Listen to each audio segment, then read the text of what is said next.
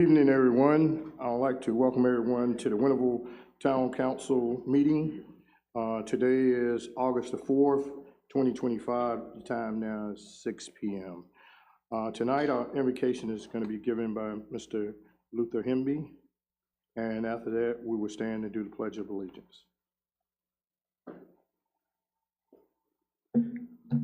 Heavenly Father, we come before you today to ask for your guidance and wisdom as we begin this city council meeting. We acknowledge your presence and we ask that you be with each one of the council members on this council as they deliberate on the important matters before them. Grant them discernment to make decisions that are just and equitable and beneficial for the citizens of the city of Winterville, North Carolina. May their decisions be productive, their decisions be wise, and their actions reflect your will. We ask for unity and harmony among them so that they may work together for the betterment of our community. We pray that you bless them with strength and courage to fulfill their responsibility with integrity and compassion. In your holy name we pray, amen. Amen. If you could all stand and place the flag. I pledge allegiance to the flag of the United States of America and to the republic for which it stands, one nation, under God, indivisible, with liberty and justice for all.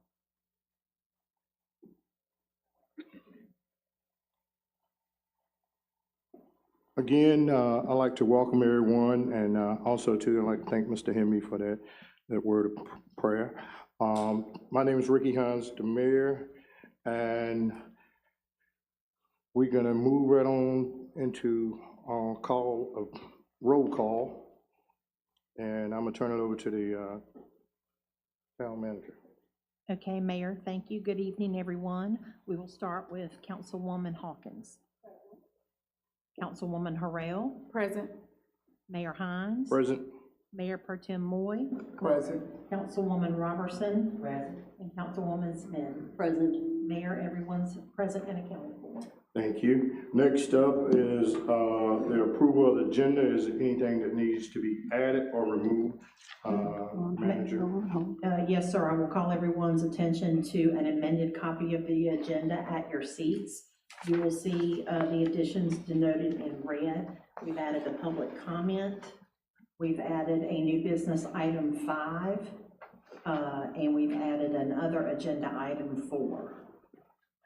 All right. Everybody seen the amended agenda? Is there any questions? If not, I entertain a motion. Motion to approve the amended agenda. Second. I have a motion made by Councilwoman Smith, second by Councilwoman Dr. Brandon Harrell to approve the agenda. Any questions? If none, please vote by raising your right hand. Motion carried. Thank you. Next up is our recognition of our new employees, and I'm gonna call Mr. Cliff Guthrie to the podium. Good evening, Mayor and Council. I'd like to introduce y'all to Ms. Shamika Williams. She is our newest employee in Public Works. She will be an equipment operator. She comes to us from a long line of equipment operating skills, from cross-country truck driving to her most recent role as a concrete truck driver for ST Wooten. So we're excited to have her. And anything you want to say? I just want to say thank you guys for the opportunity, and it's nice to meet everybody. All right. Welcome. You're welcome. As I always say, welcome to the family. All right. Next up, we'll have Ron come. Good evening, Mayor and Town Council. I want to introduce you to our newest employee, Nicholas Houghton. He comes to us from Lee Construction Company, and he has some other experience, and we're really excited to add him to our team. I'd like to start by apologizing if there's any mud. I'll be glad to come back and get that later. Just like to express my appreciation to Mayor Hines and all town council members and Ron and the community of Winterville. Thank you for the opportunity, and I look forward to serving the town of Winterville. Thank you. Welcome. Welcome. And again, welcome to all family. I appreciate you. thank you both.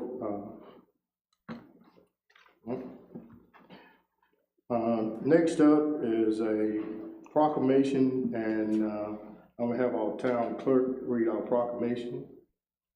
Thank you, Mayor. And we do have the honoree in our presence tonight, and so after I've read, I think you want to give that to her.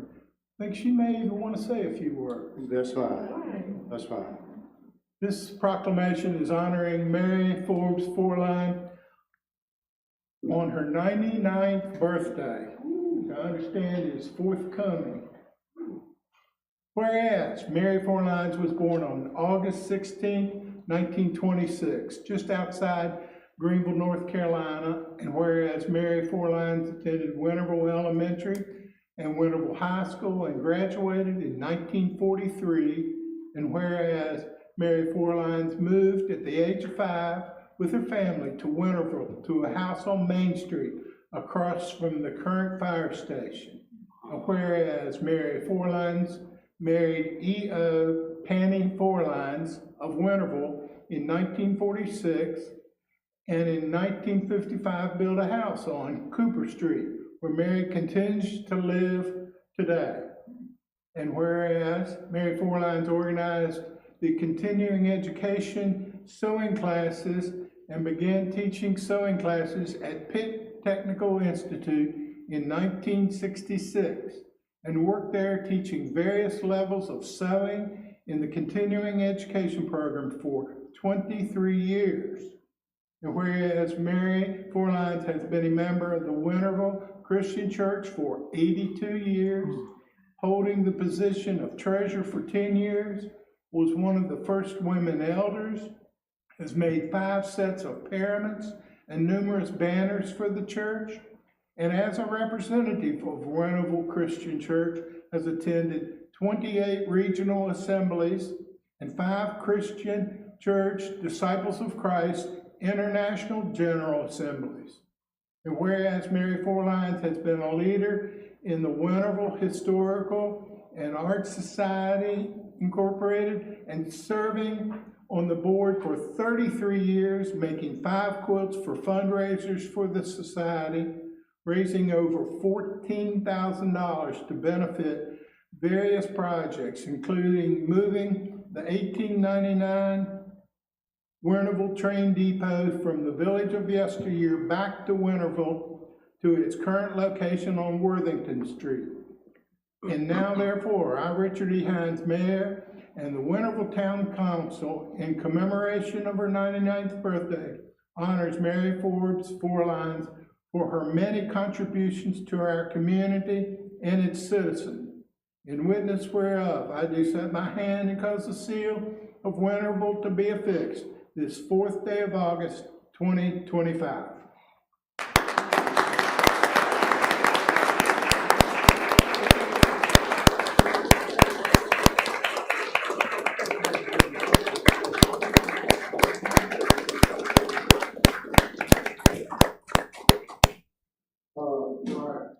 Just give you Ms. Forlines, just like to say, we have a lot of dates in common. 1946 was the year my mom was born. 1966 was the year I was born. So I was looking at that, I was like, wow, all these dates correlate somehow. And then to know you, I think I've been by your house for Meals on Wheels, and I spoke to you, and I saw you at church one time, and I spoke to you. So it's a pleasure to be here before you today, and to give you this honor. Yes, you can have a picture too. Yeah. All right.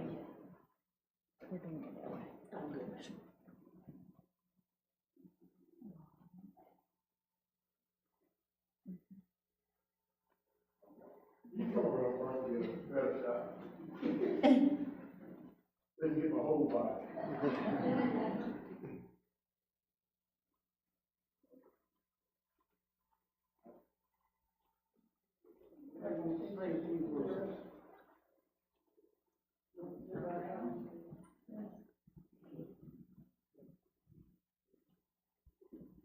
I just want to say that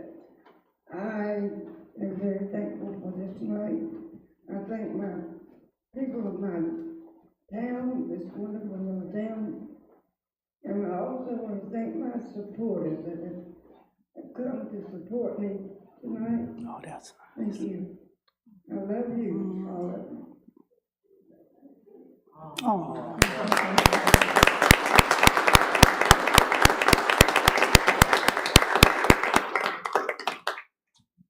And again, what a tremendous honor to be at this stage in your age and to be able to give a better speech to me.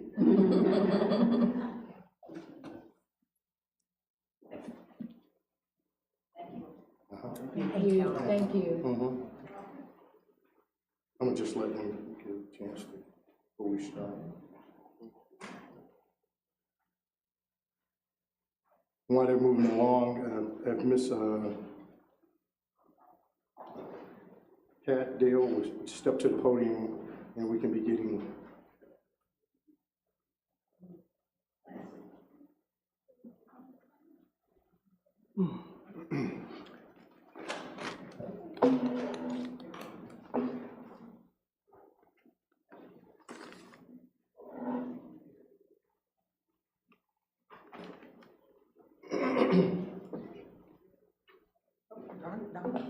Next up, we're going to have a presentation.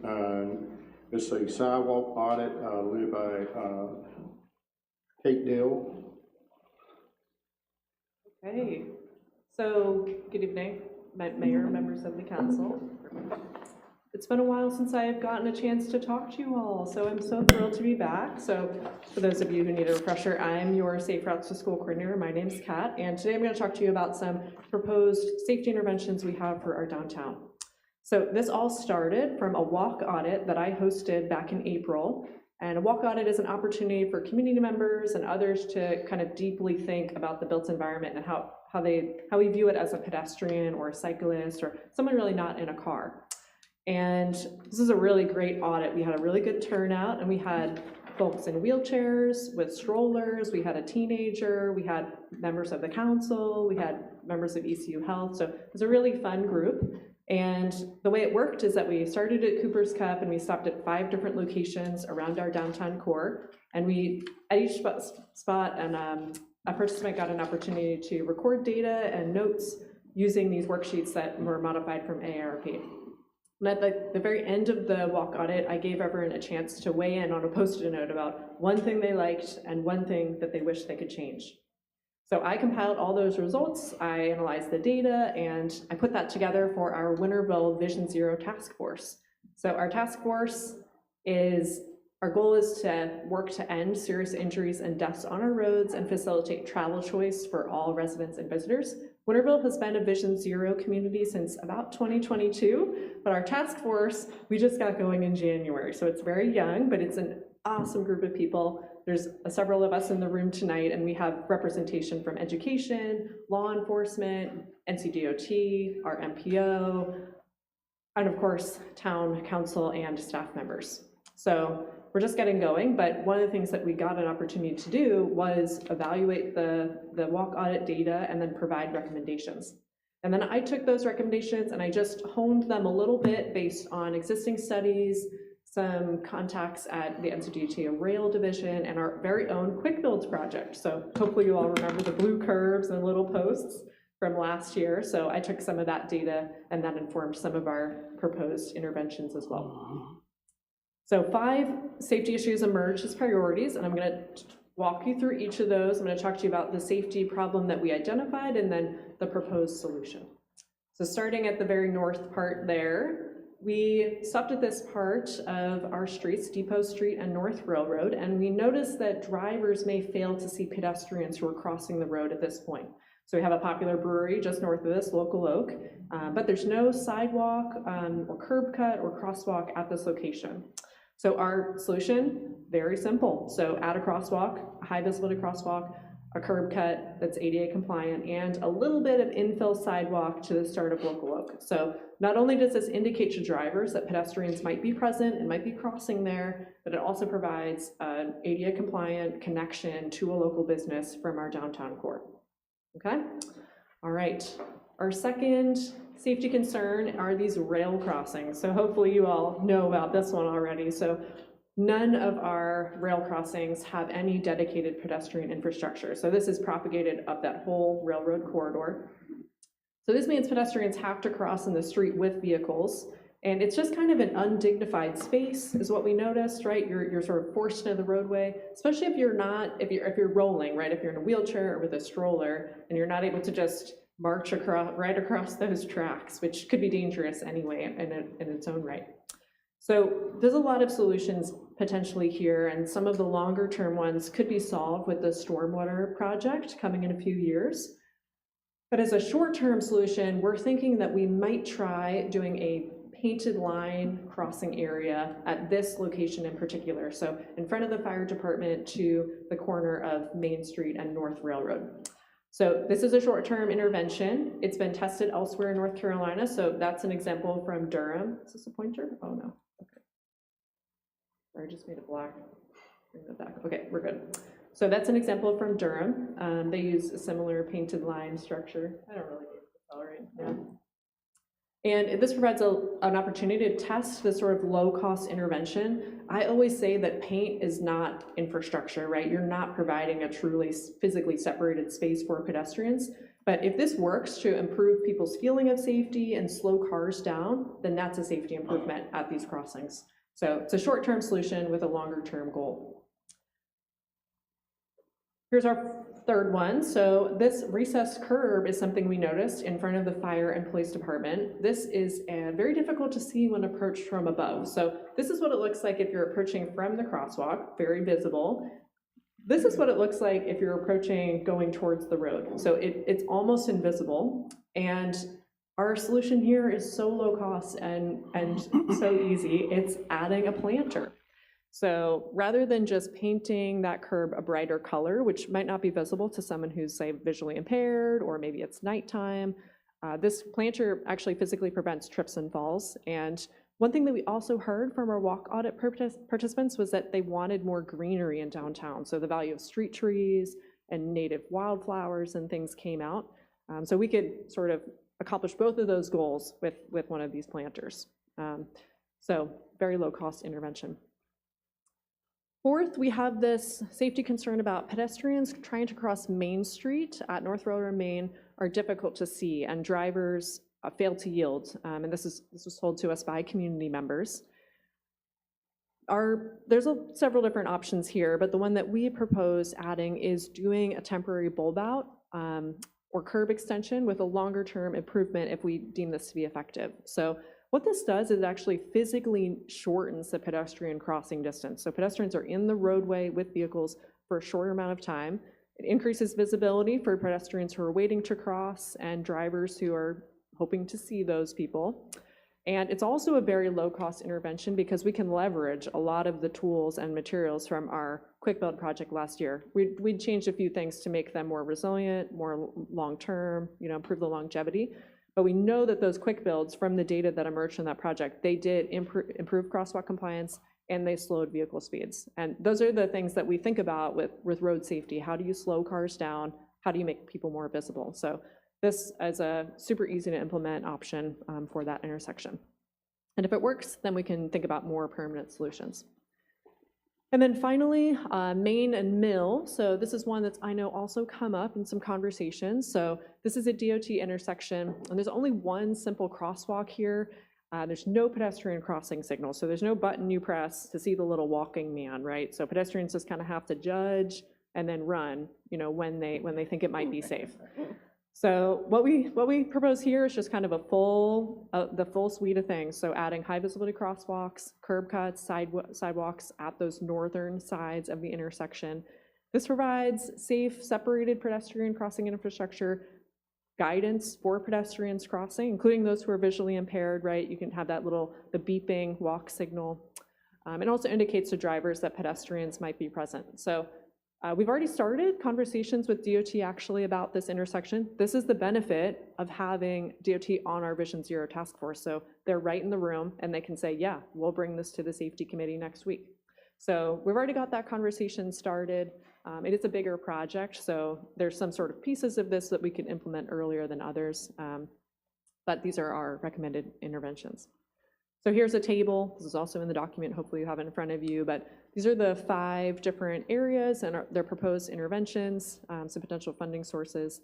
And I'm happy to answer questions about any of these if you'd like, if we have time.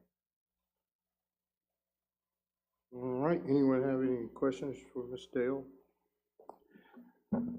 No, not a question, just a comment to say that the upgrade and the safety points that we are speaking of, like you said, I think most of those are inexpensive. Very inexpensive. Yes, but yet and still it can be very important because it could save a life. Yeah, saving a life, and then also bringing more folks to our downtown, Exactly. you know, giving kids a safe route to school. So thinking about all of those things, yeah.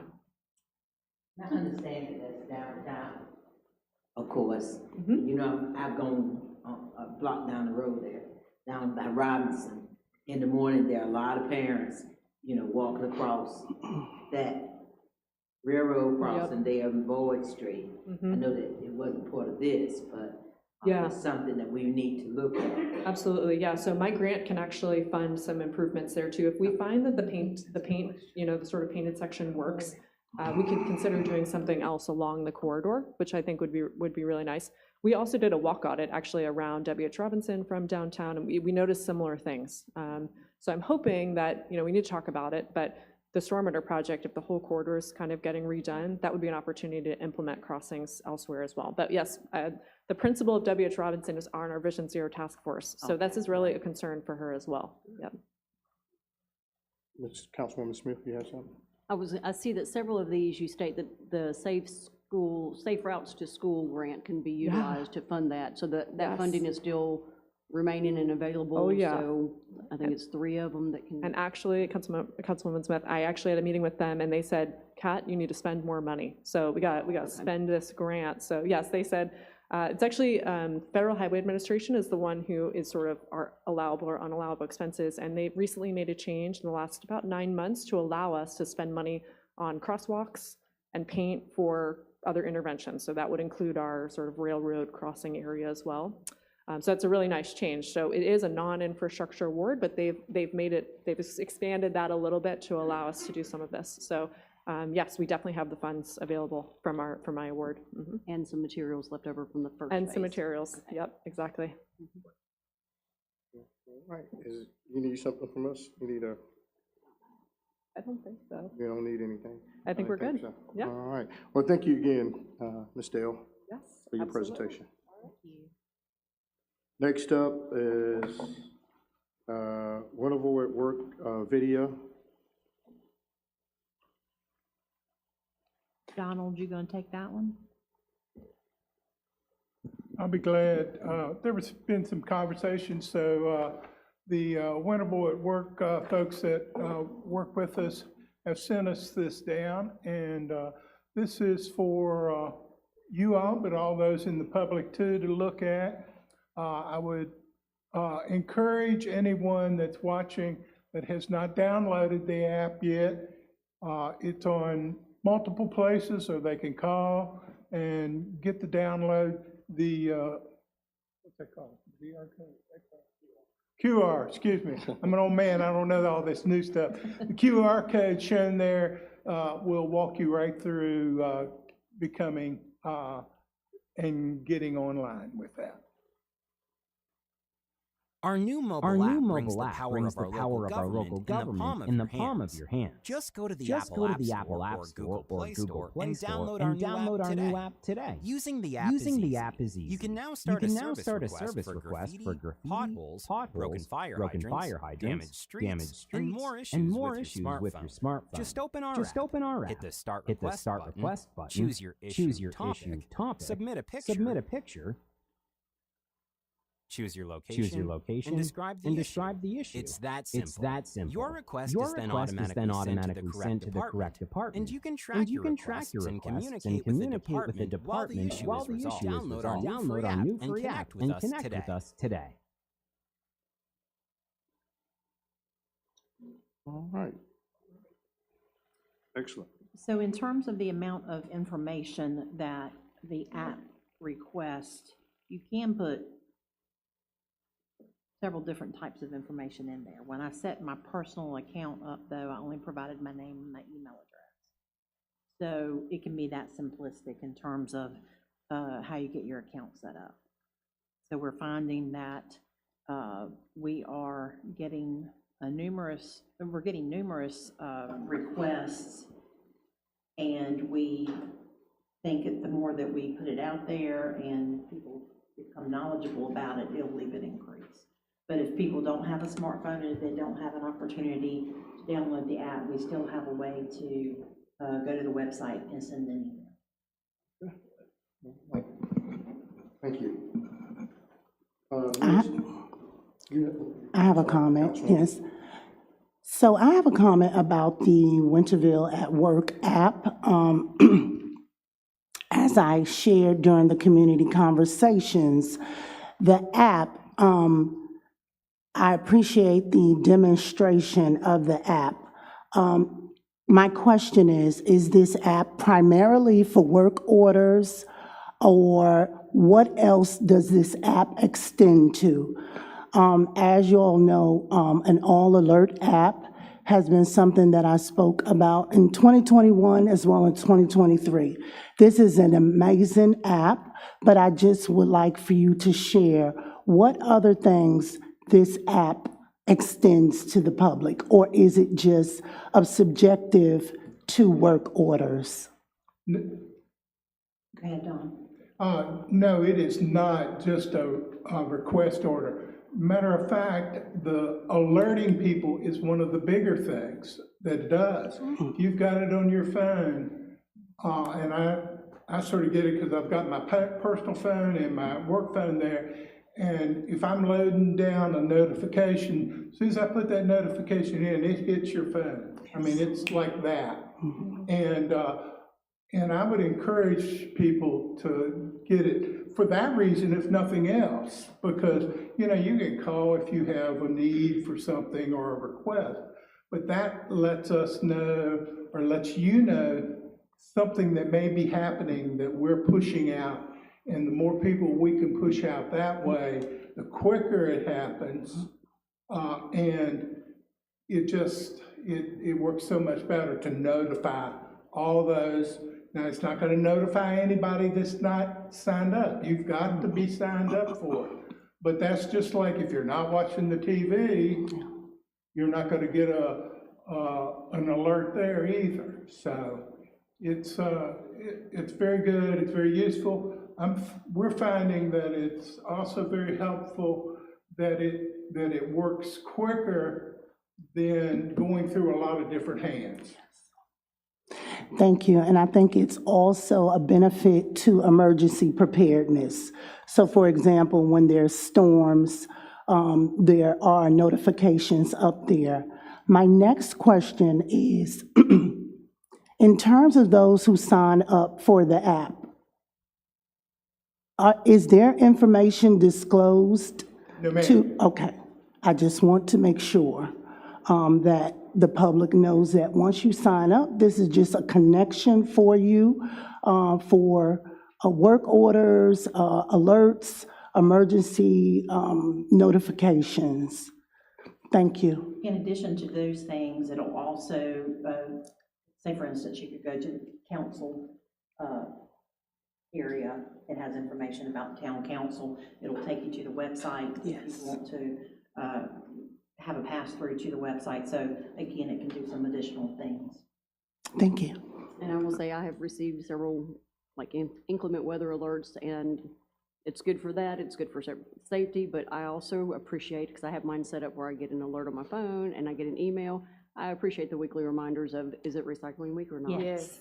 Like Yeah. every week I get the reminder. I do too. Don't take the recycle bin out tonight. So even Right. for those simple things, it has been very effective. We appreciate that. Yep. All right, thank you. Next up is our public comment section, and we do have one person sign up, so I need to read the public comment policy. A public comment period of 30 minutes, providing an opportunity for residents to comment on any item included in the agenda or to address the town council on any other matter related to the town of Winterville. For an item included in the public hearing section of the agenda residents should address the council at the time the mayor invite the public comments on the item. No public comment may be made to the council during the meeting except during the public comment period or part of the public hearing. Individual speakers are limited to a maximum of 3 minutes, and no more than 3 speakers may address the council on a single matter. The town council may elect to take no action on the matter addressed by a speaker, may schedule the matter for further consideration at a future council meeting, or may refer the matter to the town staff for disposition. Copy of the town public comment policies are available in the rear of the assembly room. And tonight we do have one, and it's Maddie DeJesus. My name is Maddie DeJesus. I live at 2418 Mill Street. Mayor Hines, may I say, the famous intersection? Okay. Okay. All right, I'm not here to complain about that intersection tonight. I'm here to just give a report on it. There was an accident August the 1st at the intersection. I know that you all are doing much as you can, and I appreciate it, and I appreciate the police department sitting out by my backyard watching that traffic. They are doing their job, and I see the council people doing their job, and I don't see much more that you can do.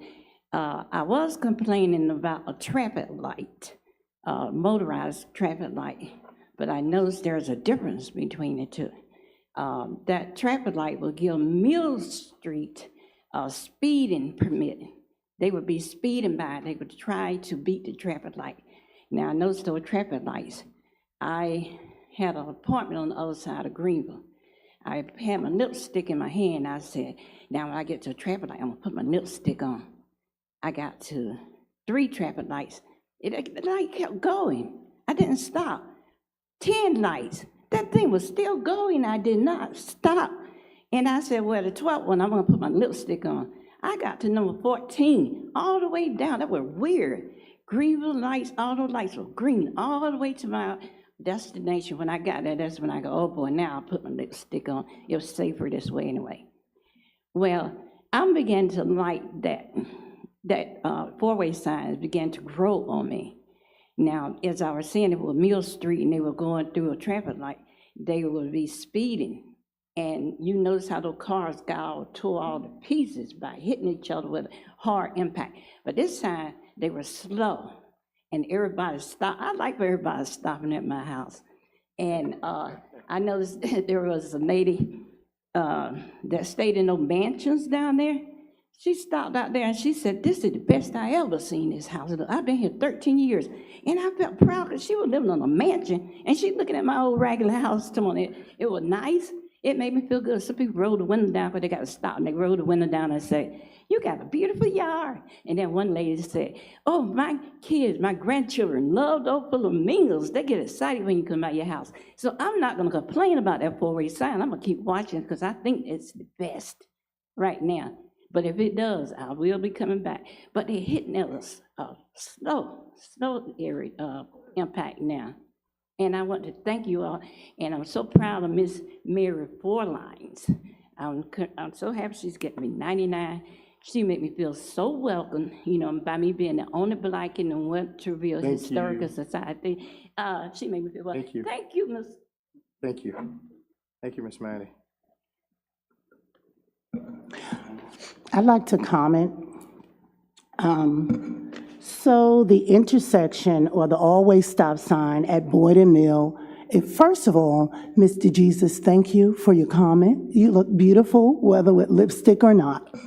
So, but I just wanted to tell you, thank you for being an engaged citizen who has public safety at the forefront. In terms of the always stop sign, this is something that we worked really hard for, and it is an option other than the signalized light that we were not able to get. So it has increased safety, and so we are happy that is occurring.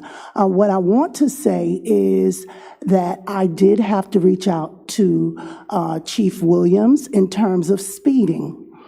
Now, drivers are stopping at the stop sign, but once they stop, they hit the pedal to the metal.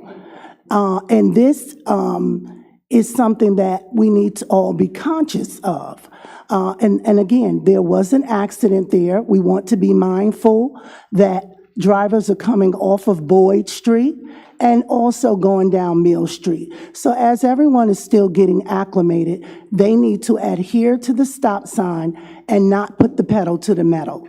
Also, there are drivers who are not adhering to the stop sign and they are running them. So it is my hopes that they are receiving moving violations, because that is a moving violation. But I just wanted to add on to what you said, that the always stop sign is a very, very good apparatus that has been placed there, and pedestrians are more safer. So thank you again for your comment. Thank you. Next, moving on, there's no old business. Oh, I'm sorry, I done skipped all the way. Consent agenda, I'm I sorry. move for approval of consent agenda. Second. Yep. I'm sorry. We have a motion and a second on the floor for the consent agenda. Who made that motion? I did. Okay, Councilwoman Robinson, and second by Councilwoman Dr. Brenda Harrell, for the consent agenda. Is there any question? If none, please vote by raising your right hand, please. Motion carried. All right, then I move on to the old business. And there is no old business, so we're gonna move on to the new business. And the new business is, excuse me, the Winterville Human Relations Board's bylaws, and you'll find that on page 115 in your agenda package, isn't that right? That's correct. Okay.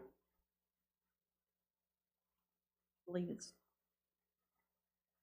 Yes, Yeah, Mr. Harvey. at the last Human Relations Board meeting, it was discussed, and they are asking that council approve that in the bylaws that you would add for one alternate member to be allowed. Presently, there is not. And general feeling, and I'll input by those that were at the meeting also, this will sort of allow for a member in training, as well as should someone not be able to attend a meeting, we would still have 6 voting members. Ask that they ask, and staff recommends that council approve. Okay.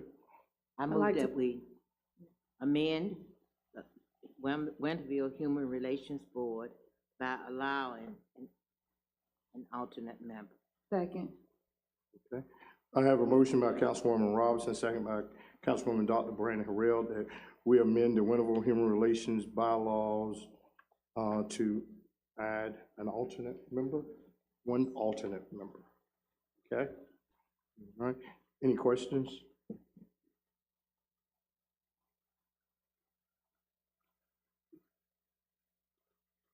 Any questions? I'll vote by raising your right hand. Motion's carried. Next up is the advisory board appointment to the Winterville Human Relations Board. And I think there's a list of names. Mayor? Yes, There's sir. really 3 items under there, and we're probably okay. gonna wanna take them one at a time. Would be the best, my recommendation and the best way to handle it. Yes, sir. Item 1 under there would be the reappointment of 2 members whose terms are expiring, and that is member Dennis Bottoms and Councilwoman Hawkins. I move for reappointment of those members. I second. I have a motion on the floor. Motion made by Councilwoman Robinson, second by Councilman Moy, to reappoint Dennis Bottoms and Councilwoman Hawkins correct? Correct. All right. Any discussion? If none, please vote by raising your right hand. Motion carried. Don? Okay, the board presently has one vacant position, and there are 4 applicants on file, which are included in your agenda packet, that either had human relation as the first, second, or third priority. Their names are LaTanya Jones, Christy Leary, Dee Parker, and Cherie Daniels. I'd ask that one of those 4 be nominated for that position. I nominate Christy Leary for the board member of the Human Relations, of the Winterville Human Relations Board. I nominate Christy Leary. Okay. Is there any more nominations? Do we need a second to the nomination? No, not yet. Okay. I don't think we need a second. You don't need a second. To the No, nomination. not for- That's good. the floor is open for nominations right now. All right. Anybody else have any nominations?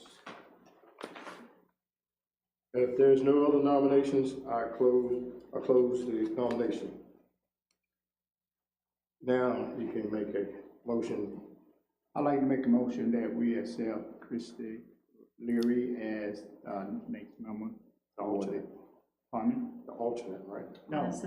As a board member. Okay. Should be, I'm sorry. I'm sorry. She'll be a member Okay, of the I Women apologize. Human Relationship Board. Okay. I second. I have a motion made by Mr. Moore, Councilman Moore, second by Councilwoman Hawkins to appoint Ms. Leary as the board member to the Human Relations Council. All right, any discussion? If no discussion, please vote by raising your right hand. Motion carried. All right. Okay, and lastly, we will be only 3 of them now. One of the 3 be nominated to the alternate position. Say it again? One of those 3 remaining names, Okay. one be nominated to the alternate position. All right.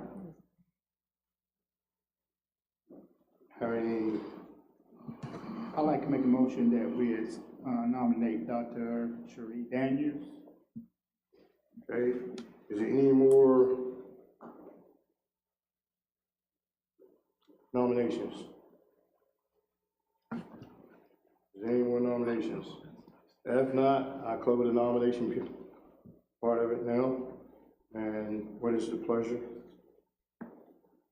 I make a motion again that we will accept Dr. Cherie Daniel as the alternate for one of the Human Relationship. I have a motion and a second. Motion made by Councilman Moore, second by Councilwoman Robinson to accept Dr. Cherie Daniels as our alternate on the Human Relations Council. Is there any discussion? If none, please vote by raising your right hand. Motion carried. All right. The Winterville Human Relation Board, its members, and I thank you for that. Yes, sir. All right. Now moving on to Stephen. Mayor, before we move on, Mr. Harvey, are we appointing college members tonight? No, ma'am. We decided, as you may remember, that we would put that out, start advertising for college and high school members. And if we get nominees, then we could have it at a future board meeting. Thank you, sir. Thank you. Councilwoman Hawkins was asking, are we gonna do nominations for college and high school students, correct? And Mr. Harvey said that they put it out there, the Human Relations Council will put it out there, get a slate of names and bring them back, and then we'll go from there.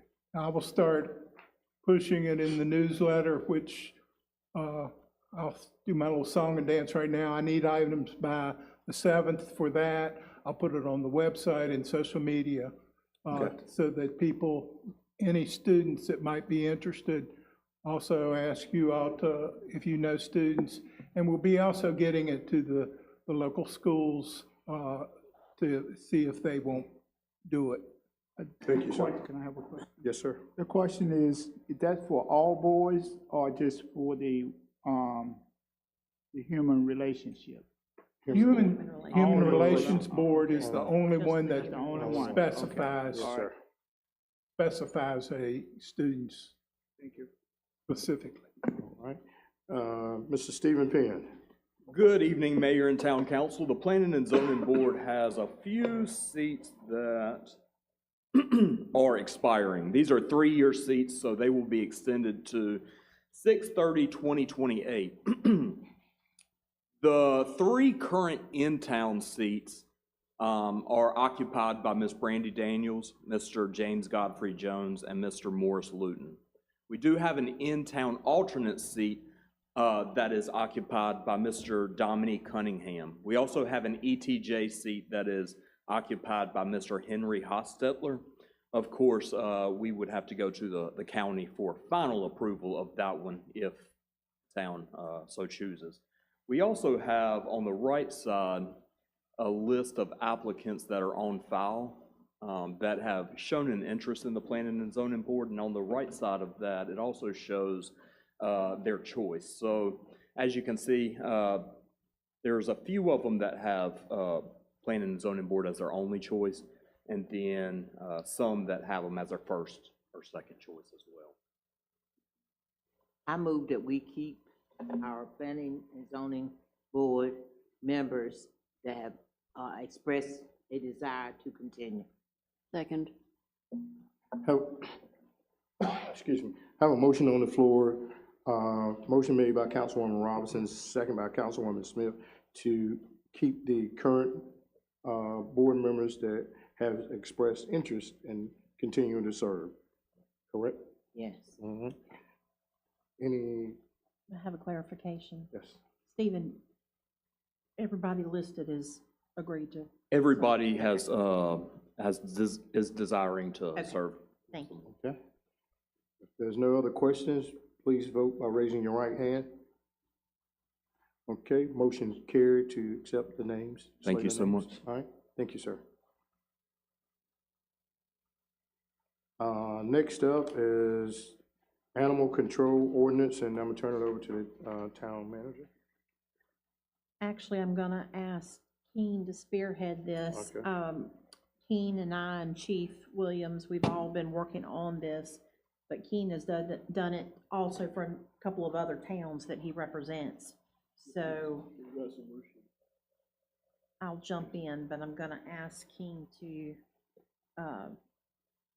move along with this. This resolution that he's handing out will take the place of the ordinance amendment that's in your packet. So please disregard the ordinance amendment, as this resolution will take the place of that. Thank you, Town Manager. I have reviewed the interlocal agreement that's part of your agenda. I have previously, on behalf of Simpson and Bethel, reviewed essentially the same agreement. Simpson and Bethel formed a new contract with the county in 2024. So I had an opportunity to look at the agreement then and then look at this one now and to compare it to theirs. I will say there's a handful of areas that I want to talk with the Pitt County attorney about. I won't say nothing huge, but there I think several areas that needs to be amended or revised. I called him today and told him that I would be in touch with him after we spoke tonight. But there are a few areas that I would like to have some revisions made to the agreement.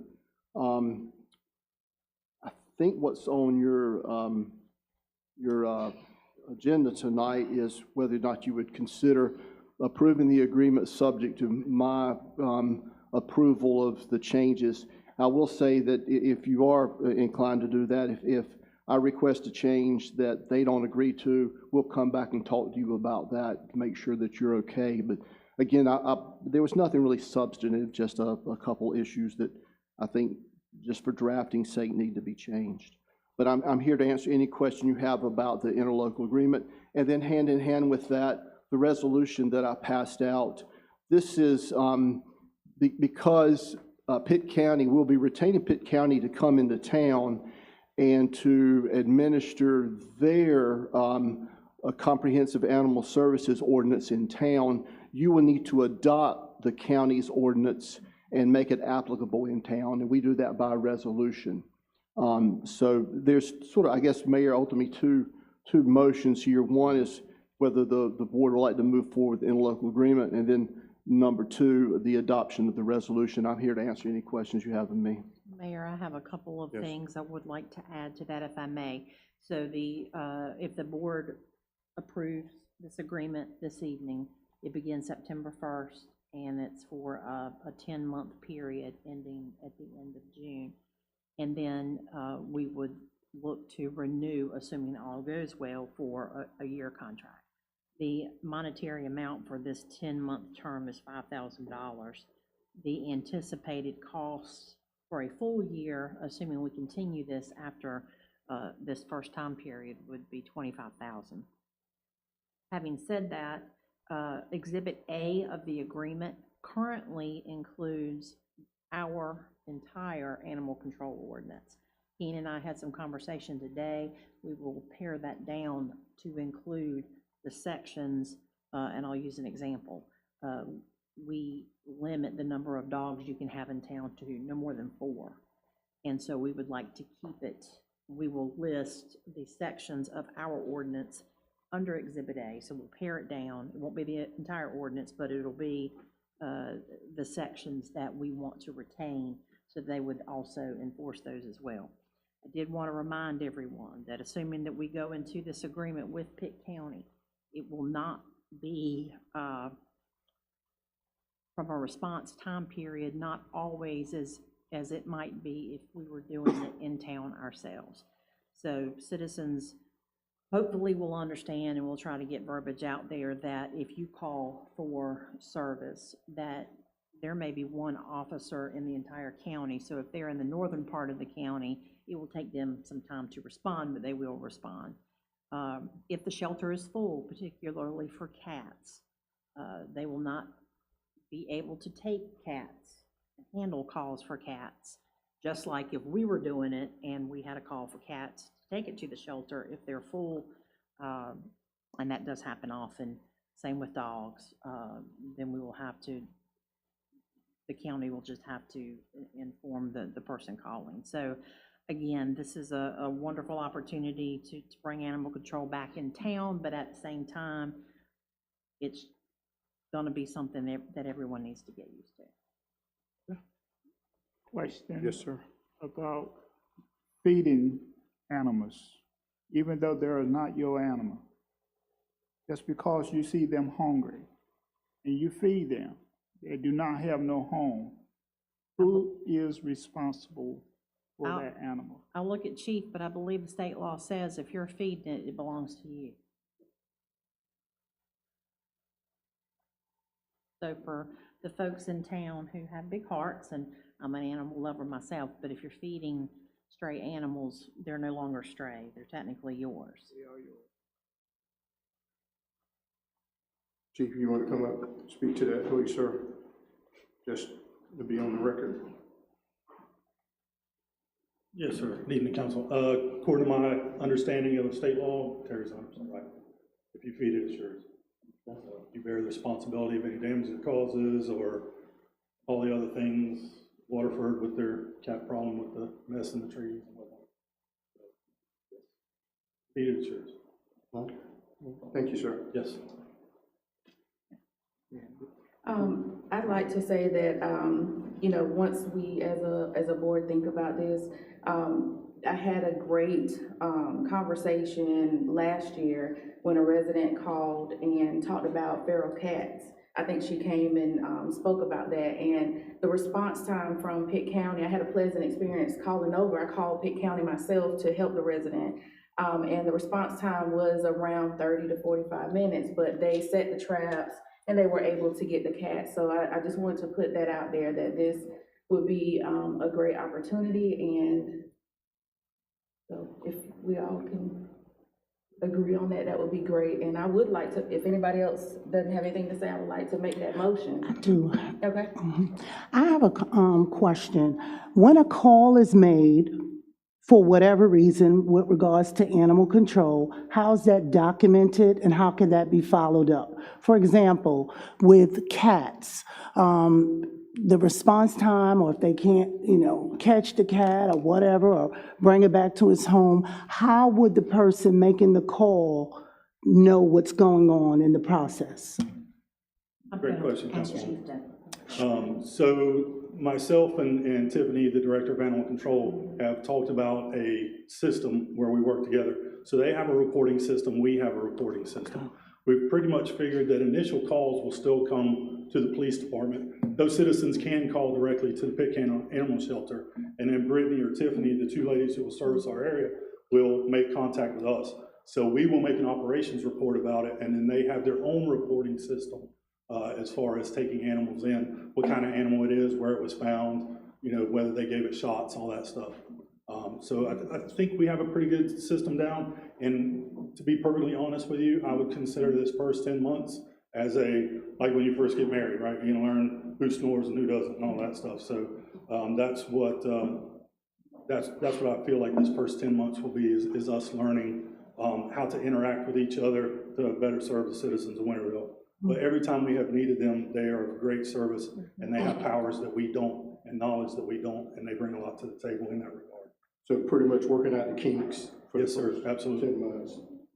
Yes, but I will say in my meetings with the county manager, Janice Gallagher, she expressed a concern that this will only work if people's expectations are somewhat tempered, because it's not like if you live in Greenville and you call animal control, they have an entire division in the police department for animal control. So their response time, assuming they're not out on some large-scale call all collectively, could be a little different. So it will have to be tempered, and hopefully that will come with time, just to make sure folks know that geographically, that may not always be an absolute immediate response. But for example, as I said, there's only two people that would work this area, the director and Brittany.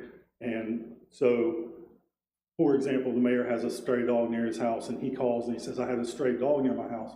Typically, officers will respond, verify that the dog is still in fact in place, and it wasn't just somebody that got away from their owner for a minute. And then the animal control will come and get it. And we still have all our catch poles and everything like that. So, I think it's just a additional factor to what we can bring to the citizens. Okay. I'm sorry, go ahead. I like to also say, since we do have the Winterville at Work, we can put the, what to expect when, put that information out there so our residents can see that. And if they don't have, as Don said, the Winterville at Work, it could go in the newsletter so folks could understand what to expect. Thank you. Absolutely, and I also wanted to say, and we will put this out there for the public as well, we do not have any operating, we no longer have operating and inspected pen facilities at our public works. You may still see them sitting there, but they have not been inspected by the state, and therefore they cannot be utilized to hold animals. So when people see that, they may have a misconception about what can actually be done. We'll make sure in the information we put out that we denote that as well. My question is about the beginning. The beginning cost is $5,000 for 10 months. Right. And then we say that for 12 months it's $25,000. 2 more months is $15,000. I think more than that. It's what is $20,000. I would have to defer to Chief because he met with the Animal Services Director, but I think that was the county just really trying to be good toward it. Good stewards. My impression of the process is it's an enticement for us to give it a try. So the $25,000 that will come as an annual fee is very much in line with what Aden pays and Farmville pays and Bethel pays and everybody else pays. And it may adjust based on call volume according to the animal control director. So if they are needed a lot less than what we expected, then the next contract should reflect accordingly. I will say that some of the smaller entities may not pay that same fee, because obviously it would make sense that if they have a smaller number of animals, and the calls are not as, numerous, that, they may pay per call or whatnot. He may know more about that. That's correct. Bethel and Simpson pay per call, and to be honest with you, just so you know, I think that amount is $100 a call. Yes. Now, I don't think their volume of calls, I think, is actually pretty small, so that's why they charge them that rate versus a town like Winterville or Ayden. I do imagine, assuming this is successful, and I think we all hope it will be, that cost could increase some based off of cost of services if they actually employ the spade and day services that did exist when that organization was up and running. So it could change in the future, but it's certainly, I think, much cheaper to agree for Pitt County to do it than we could do it if we did it full time. Mayor, I'd like to make a motion that we approve for the town to enter into this animal control agreement with Pitt County pending Attorney Lassiter's final review. I second. Okay, I have a motion on the floor by Councilwoman Smith, second by Councilman Moore, to enter into an agreement with Pitt County Animal Services. Yeah, Pitt County Animal Services upon the King's review. Yes, sir. Okay. Any questions? All in favor, vote by raising the right hand. Okay, motion's carried. I'd like to make a motion to approve resolution number 25-R. I second. I have a motion made by Councilwoman Smith, second by Councilman Moy, to approve resolution number 25-R. Any discussion on that? If none, please vote by raising your right hand. Motion carried. All right. On behalf of staff, we thank you very much. Okay. All right. And next up is acceptance of a deed from the Contently Metropolitan Sewer District, CMSD, to the town of Winterville. I knew you all knew what CMSD meant, but for the public, I thought I needed to spell it out. Thank you. Thank you. Yes, please.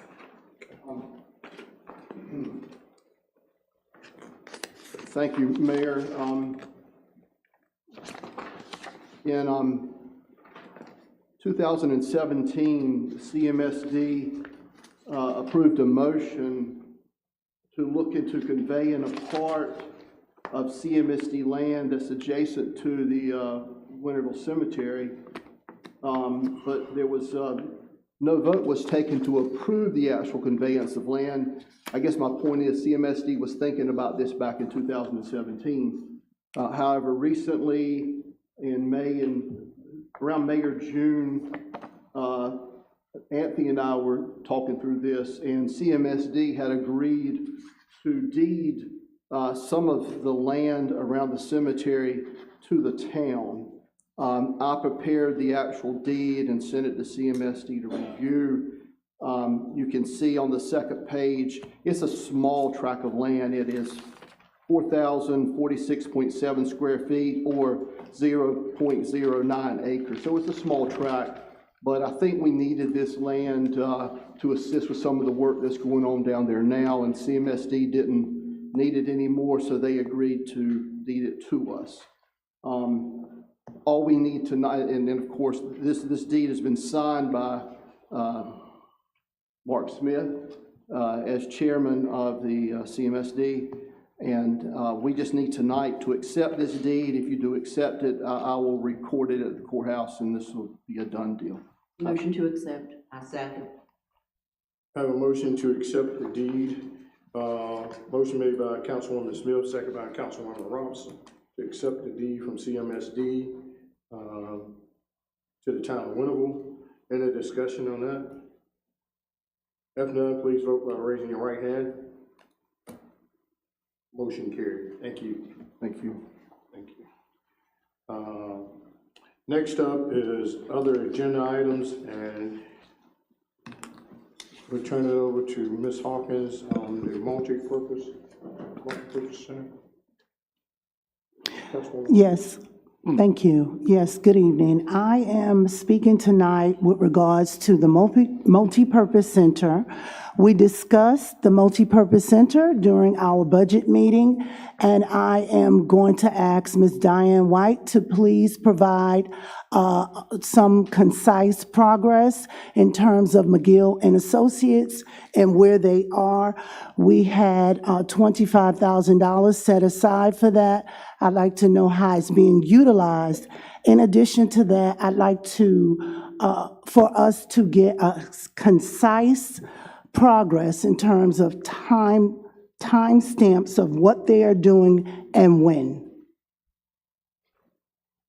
So for the site property itself, we've already had progress with the basketball court being removed and the picnic shelter, also the pad being hauled off. So that right there is a huge step because that's already made progress because that's not even there anymore. And that's where the local multipurpose center will be housed. With the consultant, we've been just talking with them and they're taking the recommendations from the citizens and the community of what they asked for during the comprehensive plan that was held during the Watermelon Festival last year when everybody had the opportunity to come out and give their opinion and voice what they would like to see in the multipurpose center. So they are taking what the community and the citizens would like to see and working on some plans for us. And Diane, I believe you all have collectively had a meeting, one meeting to kick things off in terms of the design piece of this. Yes, so we basically did a meet and greet and they went over what the citizens listed in the comp plan and they're working to get us back in about 2 weeks. I just talked to one of the gentlemen, Mr. Josh Bennett, and he's supposed to work with one of the other consultants and get us back some options and plans in a couple weeks. Okay, so they're going to provide you with some plans in a few weeks based off of citizens' recommendations or based off a comprehensive plan. Is there a pinpointed date for them getting back with you in a couple of weeks? When they correspond with you, are they giving you specificity in terms of a date so that we as a board and a council will know what's happening and when? In addition to that, I brought this before the board because with looking at the comprehensive plan, there's a page in the comprehensive plan that states that there was a public meeting on August 23rd from 5:30 to 9 and August 24th from 9 to 1. I would like to know when that was publicized for the public, and if there was a meeting, how could this company then provide the notes, the response, what occurred at the meeting? Because I myself was at the Watermelon Festival, and I was not directed to any public meeting on those 2 dates. So I'm just asking you for transparency so that the community will know what is going on in terms of the action steps. My second part of my question is, with regards to the $25,000 that has been set aside, what are we doing with it? How is it being utilized? And or what is the plan for it to be utilized moving the project forward? So that $25,000 is going towards paying for the different, for the plans that they're working on right now. That's towards the cost. We'll also use the church. that's gonna be demolished, that's on the same property. The cost of that, including the asbestos testing, et cetera, I anticipate we would utilize part of that money for that as well.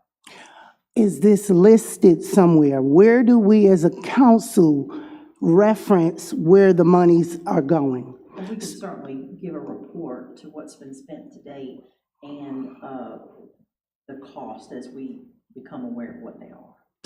And so, thank you, and thank you, Ms. White. I am anticipating some sort of date in terms of when they will be getting back with you with a report. I'm anticipating that. I'm also anticipating a list of line item costs for the $25,000. We also have $50,000 in, I guess, waiting or pinned when it becomes available in our general budget. But for the $25,000, I would like to know how that's being utilized. When can I get some sort of timetable to receive what they're going to plan forward and list the items for the monies? We can, I'll defer to Diane about when. I can reach out to them and see if they can give me some type of line item, so that way you can see if it's going towards a bulldozer or if it's going towards the plan, just different We can steps. check on that. Can you get a timeline from McGill? Yes. Okay. We will try to have those things forwarded to council by week's end this week. Thank you so much. Ms. White, I would like for you to also look at the report, the comprehensive report that stated there was a public meeting from 5:30 to 9. Where are artifacts for this public meeting? Because, and the reason why I'm emphasizing this, if it was a public meeting with our citizens, with stakeholders for the multipurpose community center, we'd like to have something concrete. August 23rd, 2024, and August 24th, between 9 and 1. And I know ourselves, we were preparing, we were having breakfast and then a parade. So if you could please look into that and verify what the source of the person who was saying there was a public meeting. I would really like to know. You do know when those took place?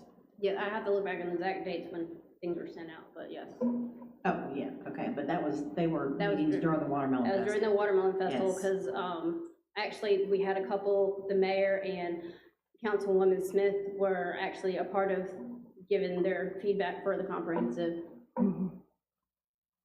And that's fine, but a meeting from 5:30 to 9 p.m., where did that take place? Who was there? And another meeting from 9 to 1. Was it 2 people, 20 people? As town council, we need to be transparent and know, and I hope it's not, I hope that we are,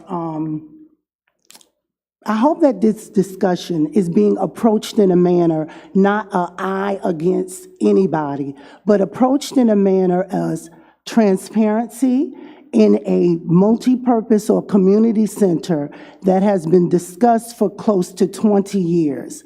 We now are moving forward, and I would not like for us to be stagnant.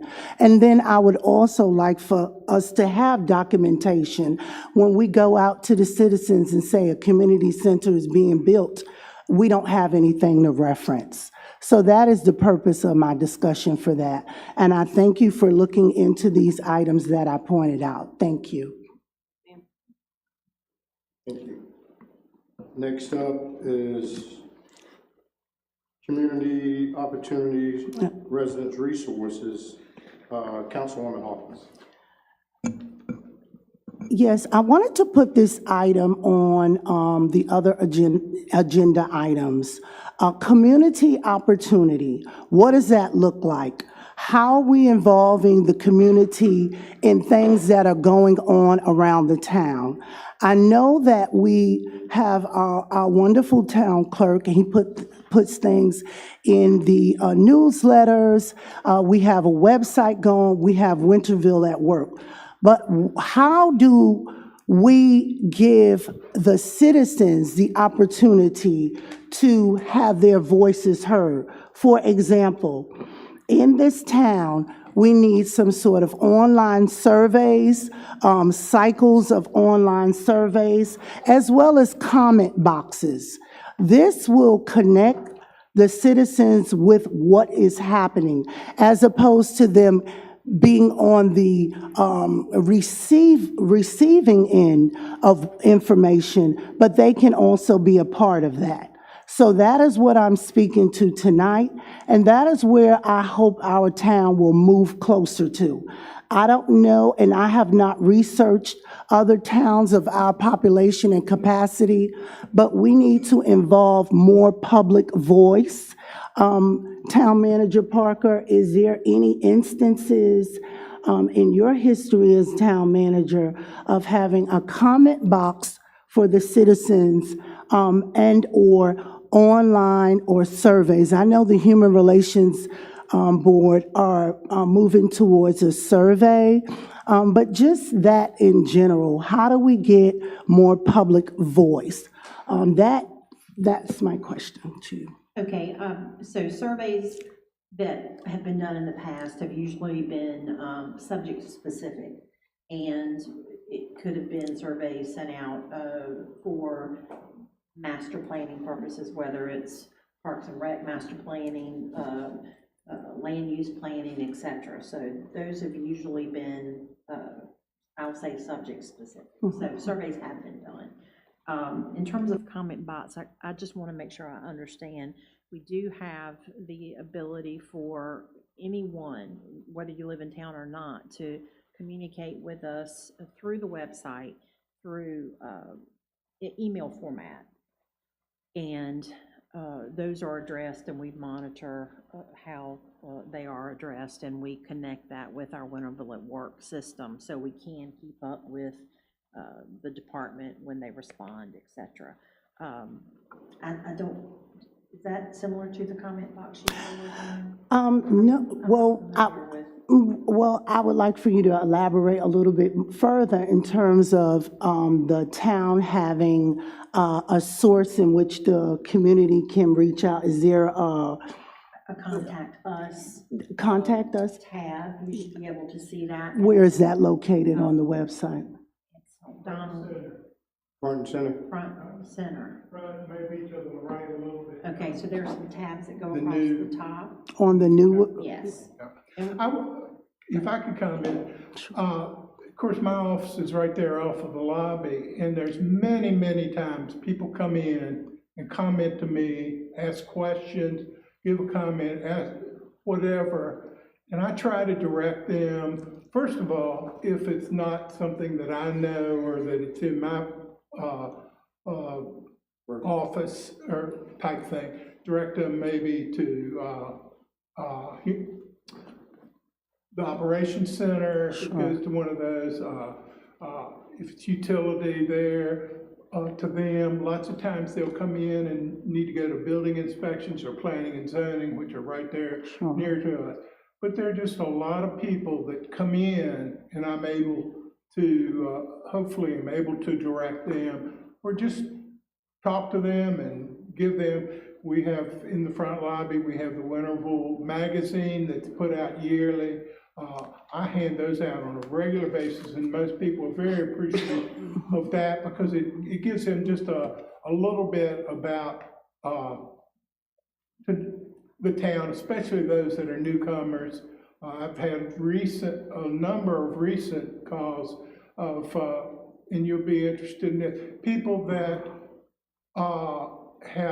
want to become part of the volunteer board system. So we have, that has increased recently. And so I think it's good to know we're getting that out a little bit better than a couple of years ago when I was first here. It seems to be growing And Terry's beat me on the back enough to get that out. Not really. No, we just investigate. We used to do it in the newspaper. Nobody reads and gets things out of the newspaper. I put that periodically on the Winterville at Work, put it in the newsletter monthly. It's on the website and everything. So, and one thing we've talked about in human relations, people get information from many different ways. And so we're trying to do that as much as we can also. In addition to the outlets that have been listed, there is Facebook and there is also X, I still call it Twitter, but, and the Nextdoor app. So they're all additional outlets that we utilize to get information out. Now, I would say the predominant way that people reach out, again, is through Contact Us, and Don and I both get those emails, and they are numerous, but customer service and finance, I know those folks answer an inordinate amount of calls for any and all sections of Winterville, the organization, the town, etc. I do also know that the Chamber of Commerce fields quite a few questions in terms of the town. They do a great job of contacting us when it's something that we need to address or talk to someone about. Sure, thank you. Thank you, and thank you, Mr. Harvey. The purpose of me saying that is that public voice is important. With the Contact Us, with the Winterville at Work app, is if there is a way in which it can be communicated that the citizens, residents can leave comments, not just receive information, but leave comments of what they like, what they want to see, their ideas, their suggestions. That is what I'm speaking of. And so I'm glad to know we have something in place, but just communicating to our citizens in that manner in terms of them sharing as opposed to being in receipt of information. And then the second part of what I wanted to speak for is with regards to resident resources. I spoke with Assistant Town Manager Bowers a few months ago or last year in terms of getting a steady flow of resources available for our community. Greenville and other towns and cities have a link on their website if people are looking for and maybe a church or maybe food giveaways or a variety of things. I have provided that resource to Assistant Town Manager Bowers. He said he was going to look into it, and I just want to know where we are with this. It is as simple as putting a link that will actually link our community to resources. So that is what I wanted to speak to tonight. Is Mr. Bowers here? Or? Yes. There he is. He's coming up, I would say. On the website, there is a resources page. It may not include all the ones that Anthony has at the present time, but it does, and we try to keep it up. One issue with that is a lot of the things change very much, but then they don't feed back to us that, you know, they're no longer doing or anything. So occasionally we'll have some resources that may be listed that are no longer there, but try to keep up as much as we can. Yeah, under the, excuse me, under the residence tabs on the new website, you go under, oh, what's going on with my voice? Don't feel bad. It happens to me too. Go. Apologize. So under your areas resource list, it is on a new website. There is a listing there, and it covers things from getting a job, miscellaneous food and medical needs, help with bills, and so it's not a gigantic list, but it is a list. And we have asked anytime if there's a thing, something that y'all become aware of, or the citizens have become aware of, if there is something of that nature that we can add to it, we're always looking to grow it. So we're certainly open to making it bigger and better.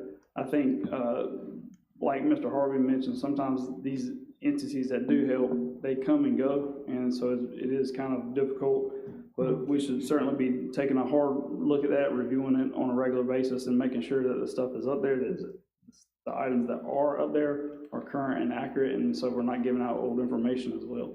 So we'll certainly open to any suggestions from the council or citizens. I mean, anybody watching, listening, if there's any other partners or entities that, want to be on the list, we're glad to put that up there. So, yes, ma'am.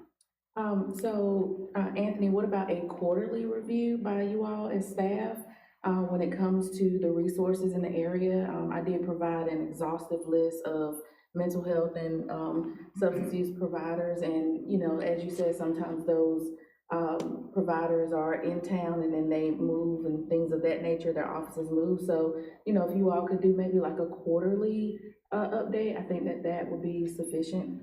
Would that be sufficient? I think that would be wonderful. It will keep people updated. It will keep the community, it would show the exchange of information, especially in a rapidly growing community and world, and things are changing. I did also provide a huge resource from Community Outreach Network. This can feed into Winterville. This has everything from A to Z updated in real time.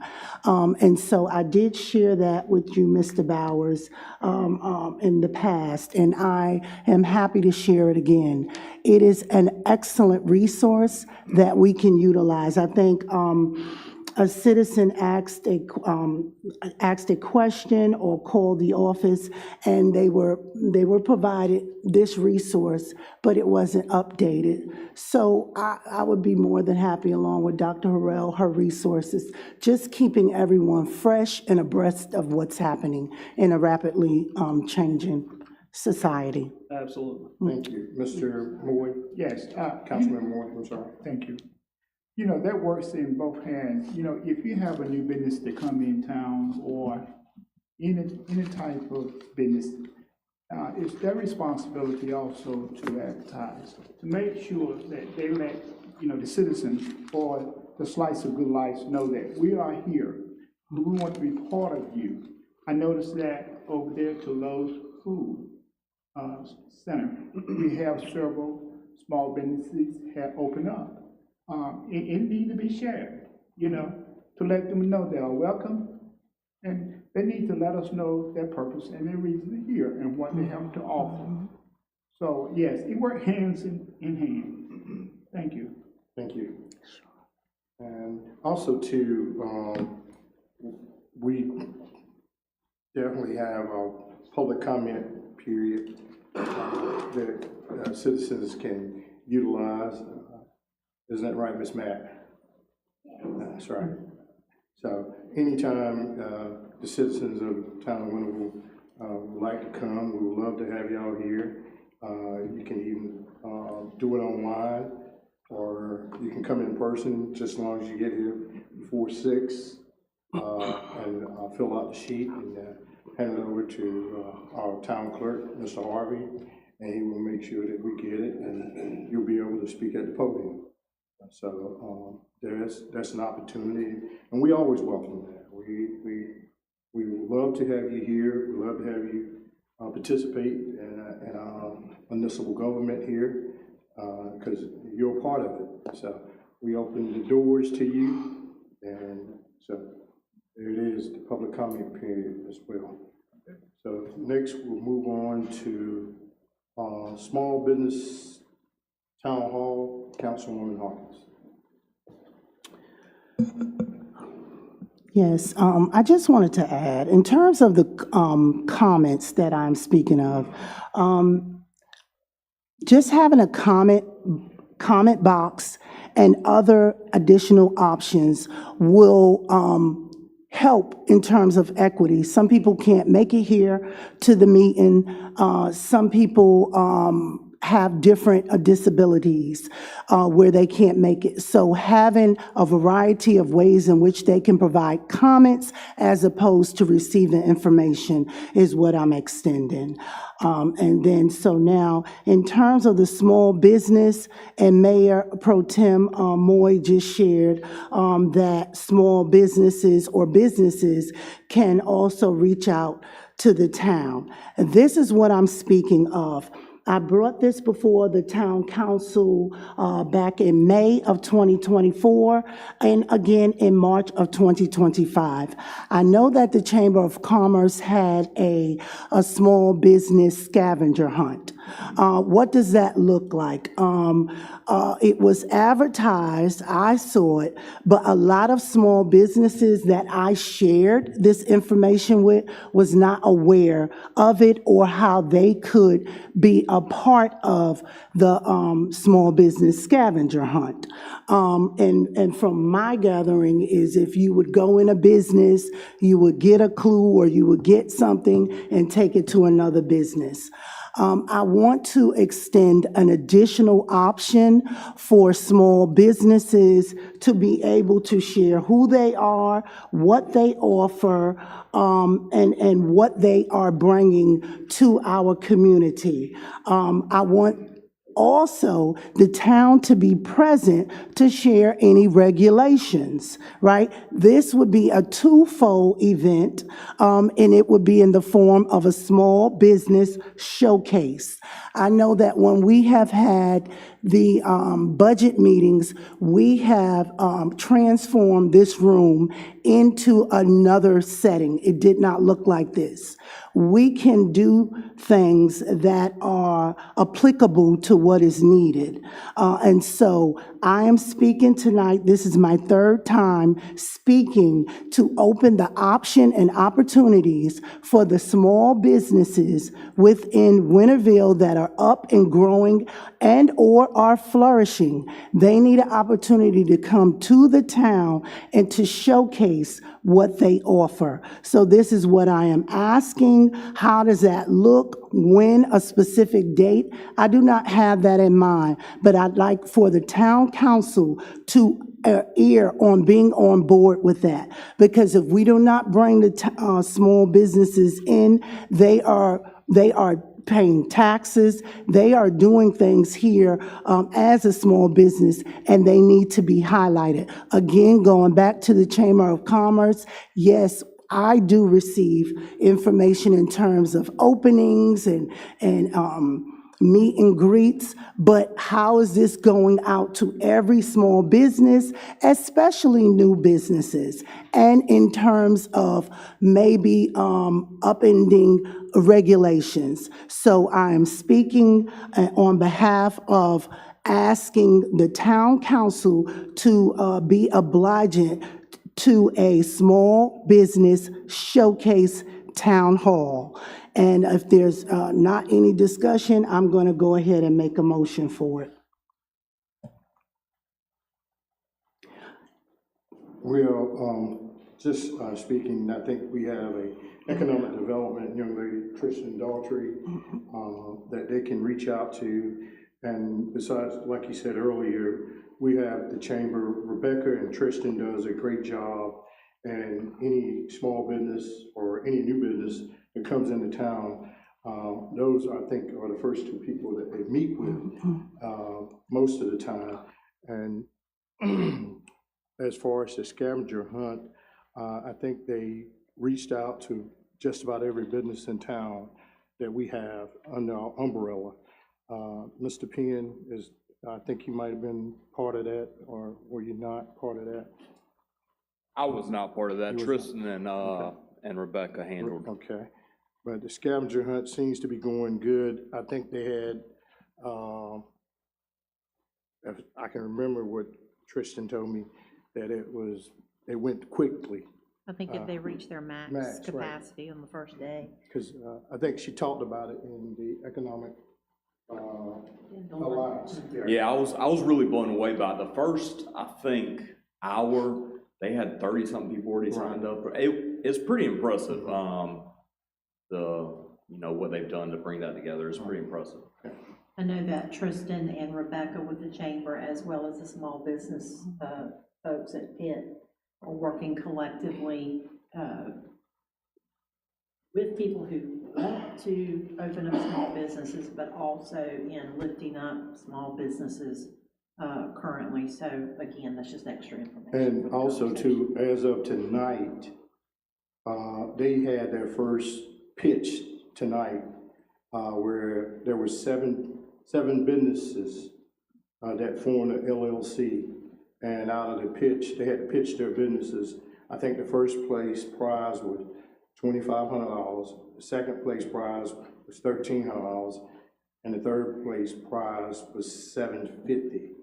And one of the persons that was included, I know two of them. One was an electrical company, Whitley, and the other one was a young lady that the chamber just opened up a hair salon that does wigs, and I think she was also involved in the pitch. So, and that was actually happening tonight, and due to us having our meeting tonight, of course, we were invited, but of course we got our meeting tonight, so that's what was going on tonight.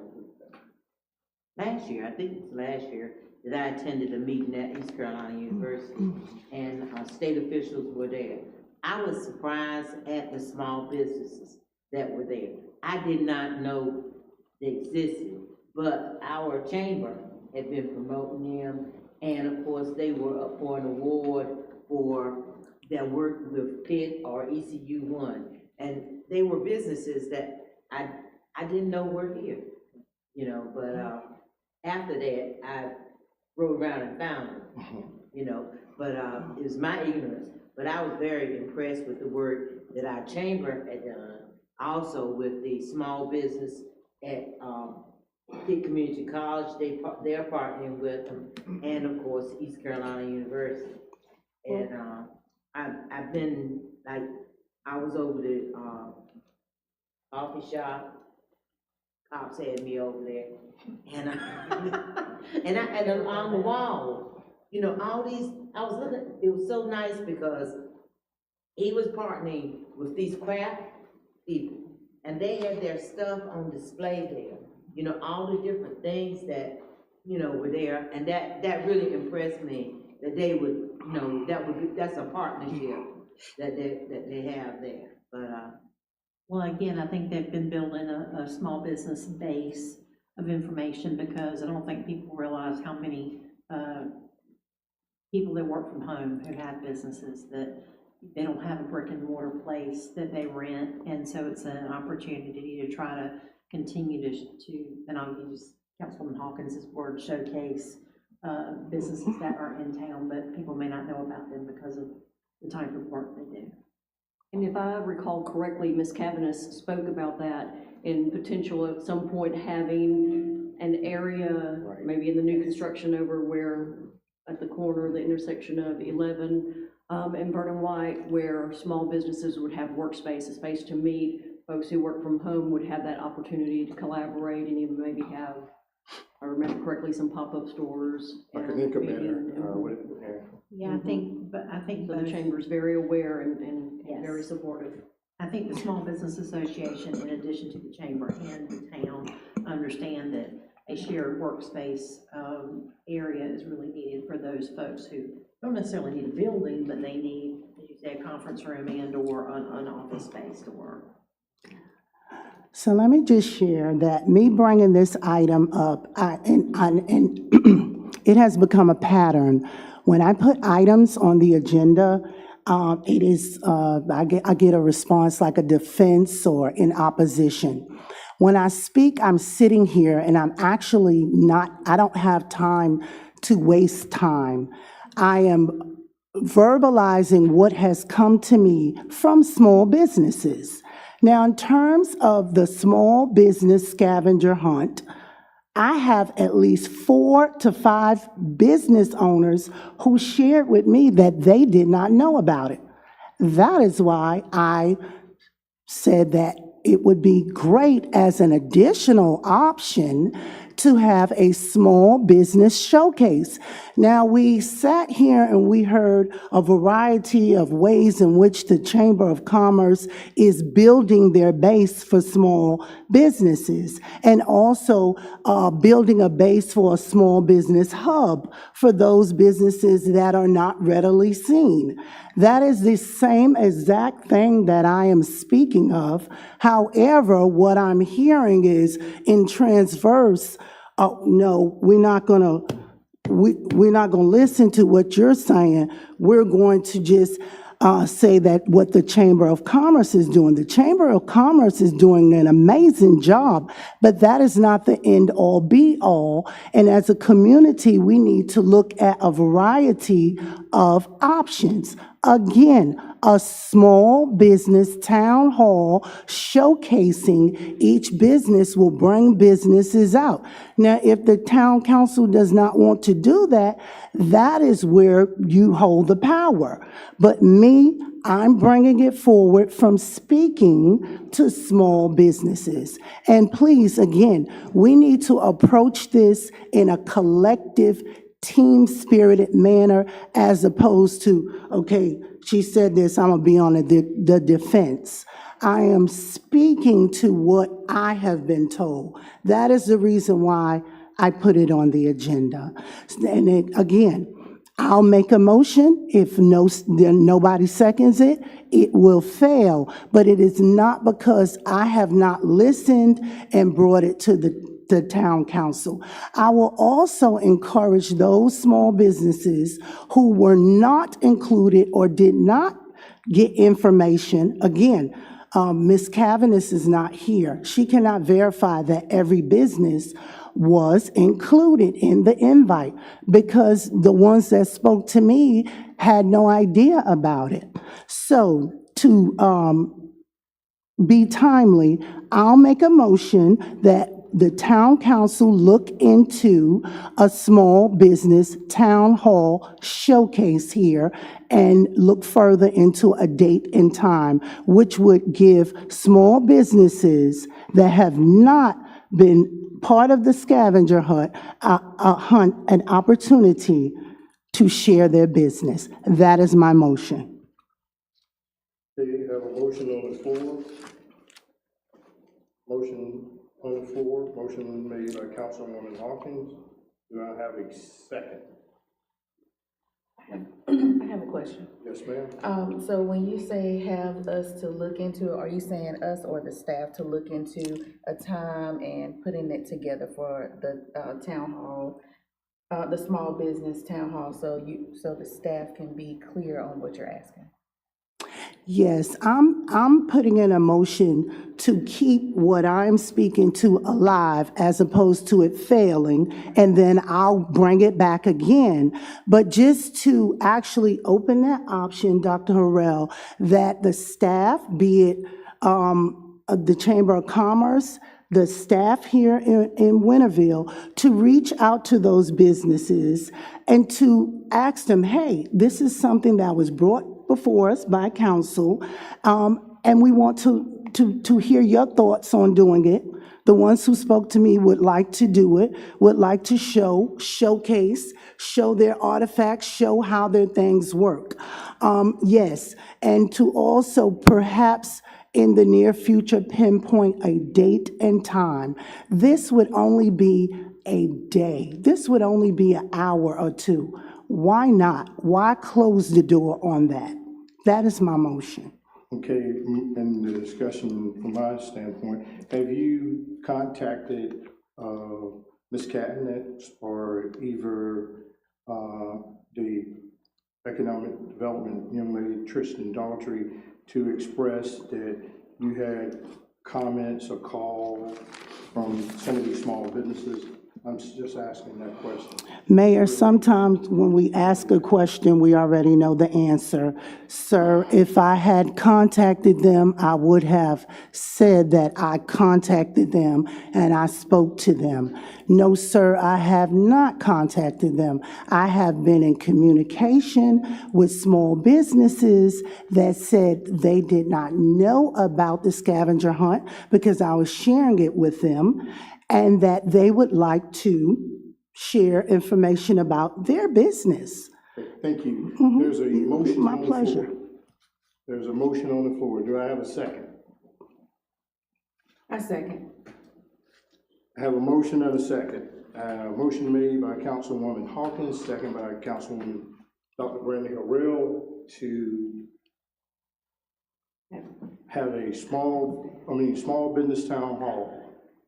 Correct? Is it small business town? Have the staff to, I'm gonna let you. Yep, it's a motion to have the staff look into the small business town hall showcase in terms of what that looks like and reaching out to the small businesses. If I need to revise that or condense what I'm saying, but we want a motion to have staff look into what a small business town hall showcasing the businesses would look like when, and the date it would be, and the date that it would take place here. May I ask a couple of questions Sure. for clarity?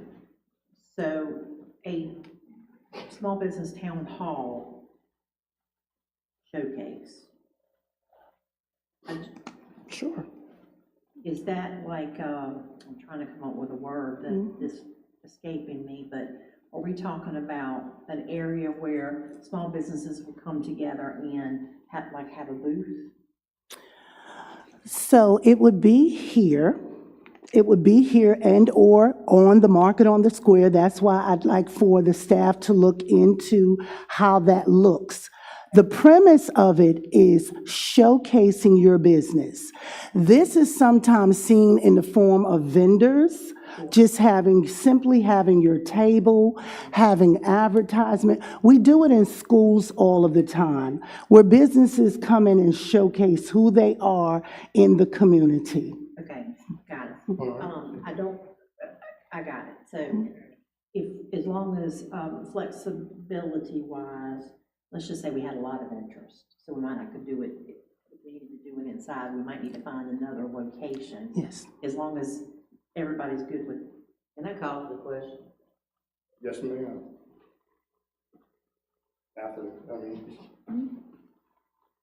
I'm sorry. Let her finish her. I think I have enough. Okay. Then you can call for the question. Call for the question. All right. All right. All in favor of the motion, please vote by raising your right hand. What motion are we voting on? I just want clarification as to what motion we're voting on. For council to research or for us to direct staff? The motion that she made. It was to look into small business showcase for a, including a date where they could have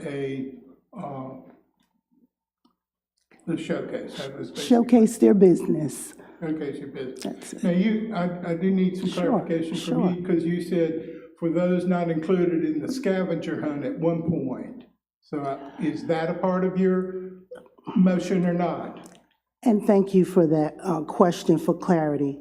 Mr. Harvey, this motion is being made and being open to any small business that would like to showcase what they have, their product, what they offer this Winterville community. And the motion is to have staff, I don't know which staff, who staff, if it's Rebecca Cavanis as part of, she's the Chamber of Commerce, but to look into that, to reach out to the small businesses for this showcase. You got that, Don? Yes. Okay. You'd like to repeat what I have? Right. Sure. Okay, what I have, and I tried to keep it as simple as possible, was that staff look into a small business showcase and a date therefore. And a date, period. Okay. And add to that, can I ask a question? Yes, sir. Well, the question was asked, it won't be on the inside, it will be probably on the outside because of the size. No. That was left wide open. Contingent upon the size. I just wanted to ensure that I had the flexibility to Sure. Okay. seek out It can appropriate go either locations. way then. Yes, Okay. sir. All right. Yes, sir. Showcase. So we got the question on the floor. All in favor, vote by raising their right hand on the motion. Okay, got two. All opposed of this, raise their right hand. Okay, 3, 2, motion fails. And I'm gonna explain my position, even though, I think that this, when we look at something like this, we look at it as the end product. But those of us, if you've ever worked on an activity like this, you know there's a whole lot of effort that goes into it prior to its, production or whatever. Someone would have to first research these businesses, look them up, contact them, get the date, advertise. All these things would have to go into it before we would be able to have a fair. We already have our chamber. We already have our small business things at Pitt Community and at East Carolina University. And I would suggest that those businesses that were not included, they reach out to the chamber. You know, we can put, you know, the best you can do, you know, we've all been there, the best you can do, you won't get to everyone. So if they were left out, then let's ask them to, if we can identify them and know that they were left out, get them to contact the chamber, and next time, they won't be left out. And 5-minute recess. thank you. Thank you, Lord.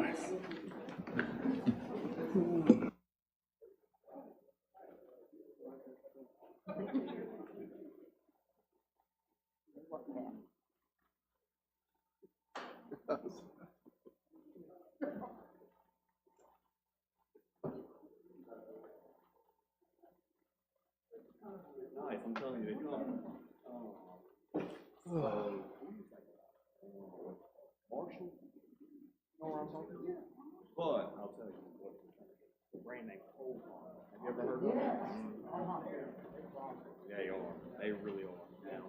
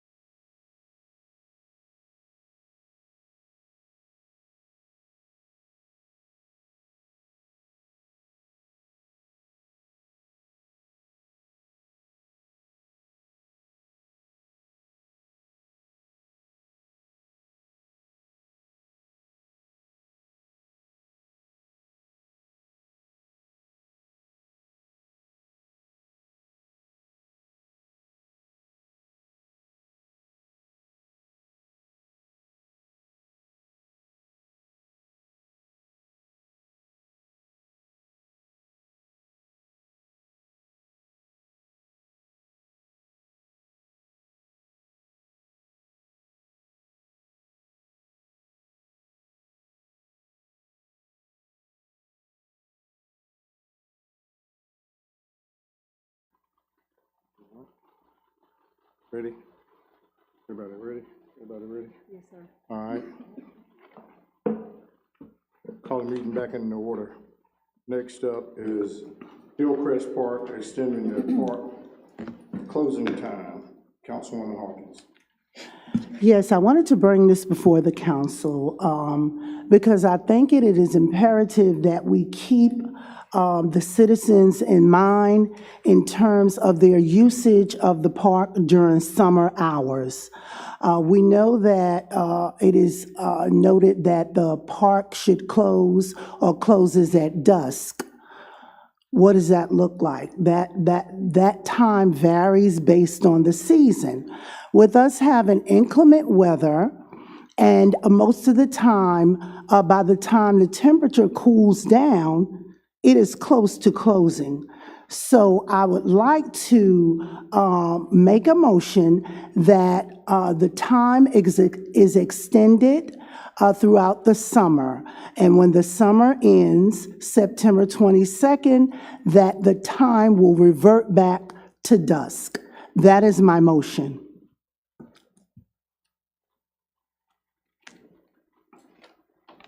So we have a motion on the floor to extend the summer park hours. I'm making sure it's correct, right? Correct. To extend the summer park hours and revert back to dusk hours during the fall. Yes, as of September 22nd. As of September 22nd. Yeah. Okay, so that's her motion. Is there a second on that motion? I have a question. Yes, ma'am. So when we think about dusk, or you're saying what does that actually look like? Are you saying you want to extend it to a certain time in the summer, like maybe 8:30, 9 o'clock, and then revert back to 5, which most likely is dusk, I'm gonna assume in the fall hours? Yes, so I would like to extend it to about 8:45. We know that dusk tonight is at 8:38, so 8:45 would be a reasonable time. Based on the weather, and we have had a cool down for the past 2 to 3 days, but temperatures are well above 80 after 5 or 6 typically. And we don't know if that temperature will be like that again. Also, while the temperature has cooled down, it does allow those who are enjoying the park to go ahead and enjoy it until the time at which the sun is going down.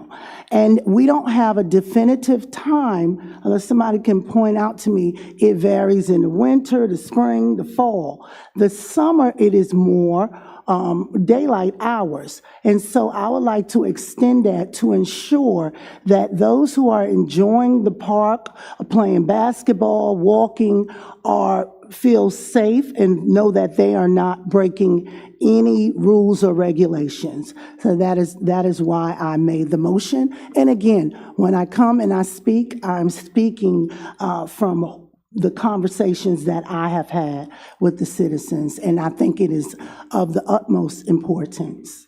Mayor, if I might, may I ask for a couple of points of clarification? Would this apply only to the one park, or is it all the park and recreation?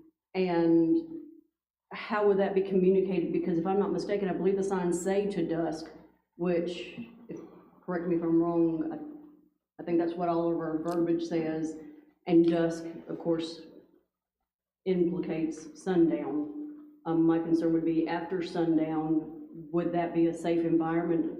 Once it starts to get dark, I don't know if lighting is sufficient that people would not be in danger. We're talking about tripping, falling, using equipment. Those would be points of clarification I'd like for us to discuss. All right, that's a discussion, but right now we have a motion, and I'm looking for a second. All right. Well, the motion dies for lack of a second. Okay? Because there was no second on the motion. Now, if y'all want to have a general discussion the floor for discussion. So, Dr. Harrell. oh, sorry. So I do, just for, you know, kind of to echo what Councilwoman Smith was saying, dusk and the time and things of that nature.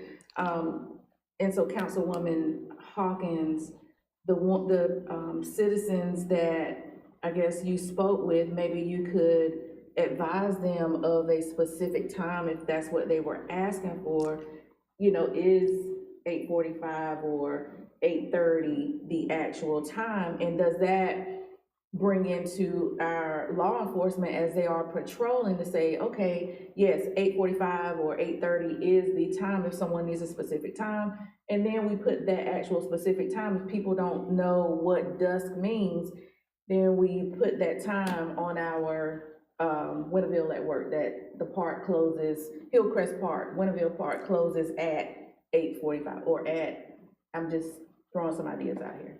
How would we handle it when sun is gone at 5 o'clock? We would have to change the signage each time when. No, not the signage, just I'm saying not the actual signage at the park, but just communication wise, if people want to, right, if people want to know, hey, you know, when does the park actually close, then we give that information. And then, I mean, you know, in the fall, 5 o'clock normally, or around that time, it's already dark. I'm just throwing out some. And I think we've talked about earlier, there's many individuals who still do not have the app, so the communication part would be a little bit different, a little bit difficult. Right. And maybe we just need to indicate that dusk means when the sun goes down and it becomes dark. Right. Because then you don't have to deal with a specific time every single day or change of season. Again, I don't think this, I think that the council and the town has the due diligence of sharing what dusk means per the season. I don't think that those who are congregating or enjoying the park should have to have that question, right? This should be made transparent. So what is dusk? So can somebody tell me what are we constituting as dusk here in Winterville on this day in the summer, as opposed to in spring or fall? I simply was bringing before the council that we extend a definitive time for the summer. It wouldn't have been for the full year. It would have been for the summer to ensure that those who are frequenting the park understand that they can be there to per se 8:45. And again, we need to, we don't need to be very rigid, right? We are dealing with people and human beings, right? When we say that, oh, it has to be, you know, dusk, dusk, dusk. What does dusk look like when it has been 110 or 115 degrees the way it felt? And then by the time the sun goes down, you want to enjoy the park. Of course, park goers are not, I'm going to hope they are not there when it's dark and you can't see, but I'm going to hope that they feel okay, or I would have hoped that they felt okay to know that, hey, there was a definitive time set that we can be at this park until this time, so that when we, or if the instance arises where we have to leave, then we know we had to leave at that specific time. Again, I brought it before the council, it failed, and that is that. And that is what is showing you what your power holds, right? These are the council, they had the power to do it, they have their own right and their judgment to make that judgment. And so we'll move on from there. Thank you. You're welcome. Town manager, may I ask that you and our parks, Ms. White, give us next meeting a definitive answer of what dusk is? I think it's the darkest time of twilight. It's before it's completely dark. It's after the sun goes down, but not completely. So one could argue that, I'm just looking out that window, that it's dusk. That's dusk, right. And it's 8:10. So of course, that does vary based on the time of year. All right, next item, for further agenda and future work session, town manager's performance review. Is that you, Mr. Lassiter? Or you? Mayor, if I could start, I listed that one separately, and then the number 2 has 3 items. So the town manager performance review, there have been 6 dates this month given, the 18th, 19th, 20th, 25th, 26th, 27th. They are Mondays, Tuesdays, and Wednesdays. I've got after 5 because I assume that gives everybody time to get together. But the process is that there's a council-approved process whereby once a date and time is selected, we would advertise that as a special meeting. Of course, it would be a closed session. Then I will send out the council-approved form that each council member fills out, and then King sends to the town attorney. Mr. Lassiter then works to collectively combine those scores and then comments, etc. And then during the meeting, you all will discuss that accordingly. So I think tonight I am looking, or staff's looking for council to pick a date and a time. Can you repeat those dates for me, please? Yes, they're on your abstract, that's on page 177, but it's August 18th, which is a Monday, 19th, which is a Tuesday, 20th, which is a Wednesday, 25th, which is a Monday, 26th, which is a Tuesday, and 27th, which is a Wednesday.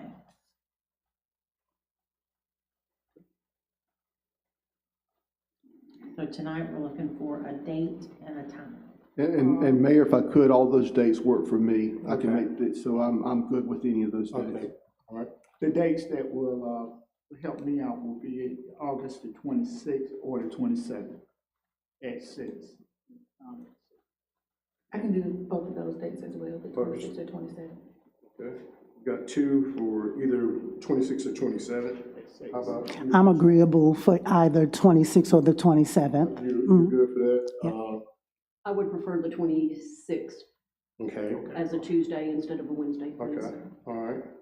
Mr. Robertson? I can do 26 times. 26? It's good for All everybody right, else. 26 is good? It's Y'all say fine. 26? So we're gonna put that on the 26th. 26 at 6? Is 26, I that think work so. for everyone? 26 at 6. We'll get Donald to advertise that accordingly, and then I will get the documents out to you post haste. And thank you so much for that. Say you're going to advertise it. As a special meeting. Y'all will go into closed session. We'll go because we into have closed to session. advertise the special meeting. Right. I'll just check. Also, under number 2, I was trying to remember all of the items that we have spoken about with respect to needing work sessions on, and the town strategic plan, amendments to our code of ordinances, as well as the council rules and procedures. I said and, but that should be of procedures, rules of procedures. And bringing back the discussion regarding accessory dwelling units. I may have missed others. If I have, please let me know what those are. I did want to throw out that I do think that all of these items are large enough, they need to be handled separately. In other words, it would be difficult to have a meeting and try to discuss more than one of these. Probably each of these will take more than one meeting, but I did want to just put these back on the agenda, just to circle back around to these items, and to also see if council had any additions that I inadvertently left off. Yeah, if you can't think of them now, they can Yes, email you. please email me and start to look at your calendars for the fall to see if we can start putting these together, and we will proceed accordingly. Thank you. Thank you. Quarterly reports from the department heads, May, June, and July. I think they're inside. They are in your packet. In your package. They start, I believe, on page 179. 179, right?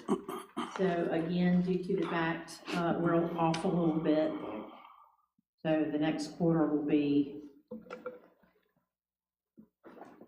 August and September, just 2 months. Okay. Okay, may I speak to that? Yes, yes, yes, ma'am. Quarterly reports. Mr. Harvey, if you can confirm, I inquired about the reports. We used to get monthly reports. Quarterly reports, where is it referenced that the town council said that this would be quarterly? For example, if I'm looking at May, if I'm looking at May, and we're in August right now, how I'm reviewing a May report in August, how does that work? And where is it referenced that we as a council said that we would be doing quarterly reports? I'll speak to that directly, and the fact that I was wrong. I was at error. I misinterpreted what was said, and you will commence getting monthly written reports in the mail. Part of this time, why the quarterly is off, and as Town Manager Parker just said, is because of our July meeting being off. But you will start getting monthly reports written as we had some time ago, and it is entirely my fault. And there will be monthly reports sent out in July, even though we don't have a meeting. Right. Yes. Yes, just wanted to They're, make sure. Yeah. I'm hopeful that maybe even tomorrow they'll go out to you. I apologize that I didn't get them to you before tonight's meeting. Yes, just I wanted to be clear and transparent that we're not getting quarterly reports, we're getting monthly reports moving forward. You will be getting those, and I want to be clear that it was my mistake, and only my mistake, in what I heard and understood in how it was mishandled. I appreciate Donald doing that, but you'll be getting monthly reports as well as written quarterly reports. You'll be getting both. We'll be getting monthly and quarterly? Correct. You will get the monthly in your, by email.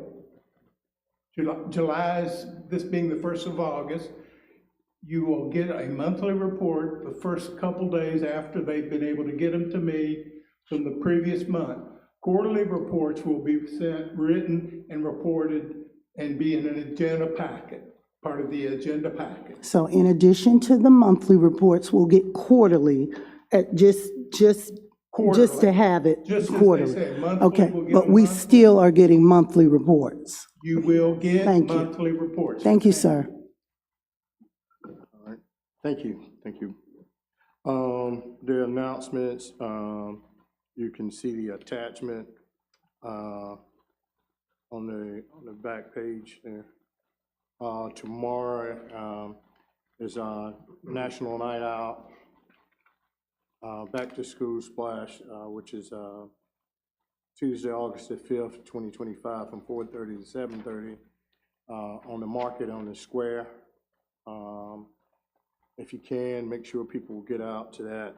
That's a very important event. And then also to the Watermelon Festival is this month, August the 21st, Thursday, August 21st. And then, of course, Labor Day, the Town Hall will be closed. And, I think we have a move in the park on September the 5th. And of course, our regular town meeting will be September the 8th. Okay? There's other announcements up there. Don? Let me just draw your attention. Of course, you'll all be headed to Electricities. And I think I let you know that thought the packages would be ready on Wednesday. It may be Thursday. What I'll do is I'll send you another notice.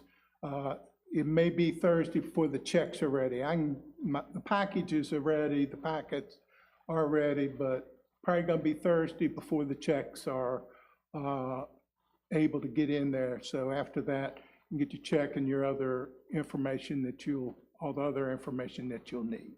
All right, thank you. And also to, on the announcement, I'd like to recognize our County Commissioner, Mr. Mark Smith, that's joined us tonight. Welcome, Mr. Smith.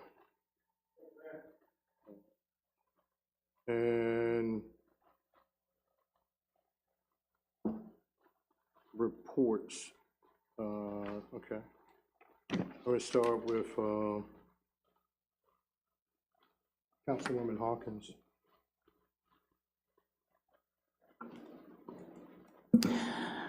Yes, I'd just like to start by saying that leadership is not being in charge, but leadership is being in service. Again, leadership is not being in charge, but it is being in service of others. And everything that I speak for up here is in service of those who put me up here. And many may not like me up here, but you didn't put me up here. And it would be ideal to work collectively and collaboratively, but I'm speaking for what is needed and who put me up here. And so first, in terms of comments, I know we had the presenter here with regards to the sidewalks and the audit.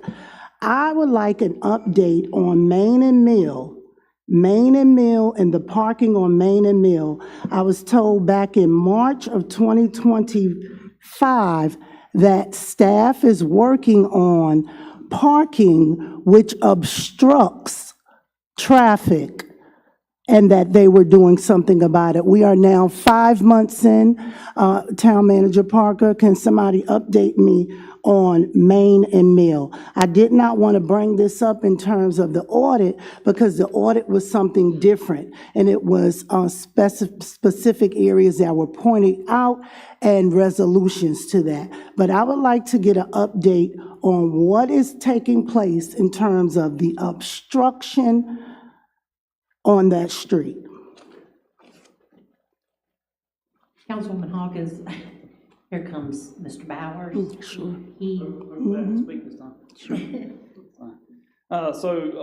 Yes, ma'am, we've had several conversations with the Vision Zero Committee as well as NCDOT. I think ultimately what we've asked for NCDOT to take a look at it.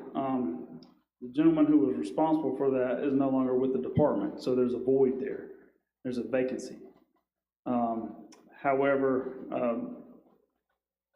there are some things in progress of looking at where the stop bars are as far as the intersections, turning radiuses, things of that nature started with our last Vision Zero meeting with conversation with Mr. Lynn White, who is on the committee. He kind of picked that ball up and said he would communicate that forward with the department since no one had been in that position previously, since it was vacated, and still is still open. So that is one part. If they operate like they have in the past, historically, what's been required is a resolution from the council asking for a change. And so the last conversation when I had with the gentleman before he left was that if the council so decides to move parking spots off of Mill and Main Street, that it would not be a situation where they would be added back at a later date. So once they're gone, they're kind of gone. They wouldn't come back. And so basically they said that they would listen to the council. If the council wished to make changes in that area with regard to the parking, the resolution process that we've used in the past would be sufficient to communicate. Okay, so when will this take place? You said that somebody will come in and listen to the council and they'll look into it. Are you speaking of DOT or are you speaking of the vision, the board for the vision? So there's several issues so one of the members of NCDOT, Mr. Lynn White, is on the Vision Zero. Okay. So we talked about it in that meeting with him, and he took it back to their safety committee. Okay. So some of those changes, and he's going to get back with us. We meet again. The 6th. The 6th. So we'll have a meeting. Yeah, we'll have a meeting this week, so we'll get an update on that. Okay. I can email the council with the update from that Thank you. And how do we, so you said the person, they're not identified at NCDOT, who's no longer there. Who's the next person in line? Because that's dangerous. Like NCDOT, I know we're leaving it up to the council, but ultimately that is dangerous, and NCDOT needs to have their eye on that and look to that. If we're leaving it up to the council, pretty much, it may stay like that. That is a dangerous area. It obstructs traffic. When you turn down there, you have to drive over the double line. That's not okay. And I know we're getting the bulb for walking and pedestrian safety, but that is a hazard waiting to happen, and I'm just voicing that tonight. Absolutely, yeah. I mean, we got a couple options. I mean, we could go with the advice that was given from the previous gentleman, or we could wait till that position's filled to see if the new gentleman takes a different approach. I do know that everything that I work with has kind of been shuffled out to different people. It's different, trying to fill the gap, so to speak, and so it may not be the one source that Mr. Evans, that I was working with previously. Depending on what the specific issue is, it's kind of gone to different people. So we'll know more on the 6th what Mr. White has come back from the safety committee. Thank you so much. So we'll wait to the September meeting to get an update from the meeting on the 6th. Either that, or I can send the email out regarding it after the 6th. That sounds good. Thank you so much. I wanted to speak to that.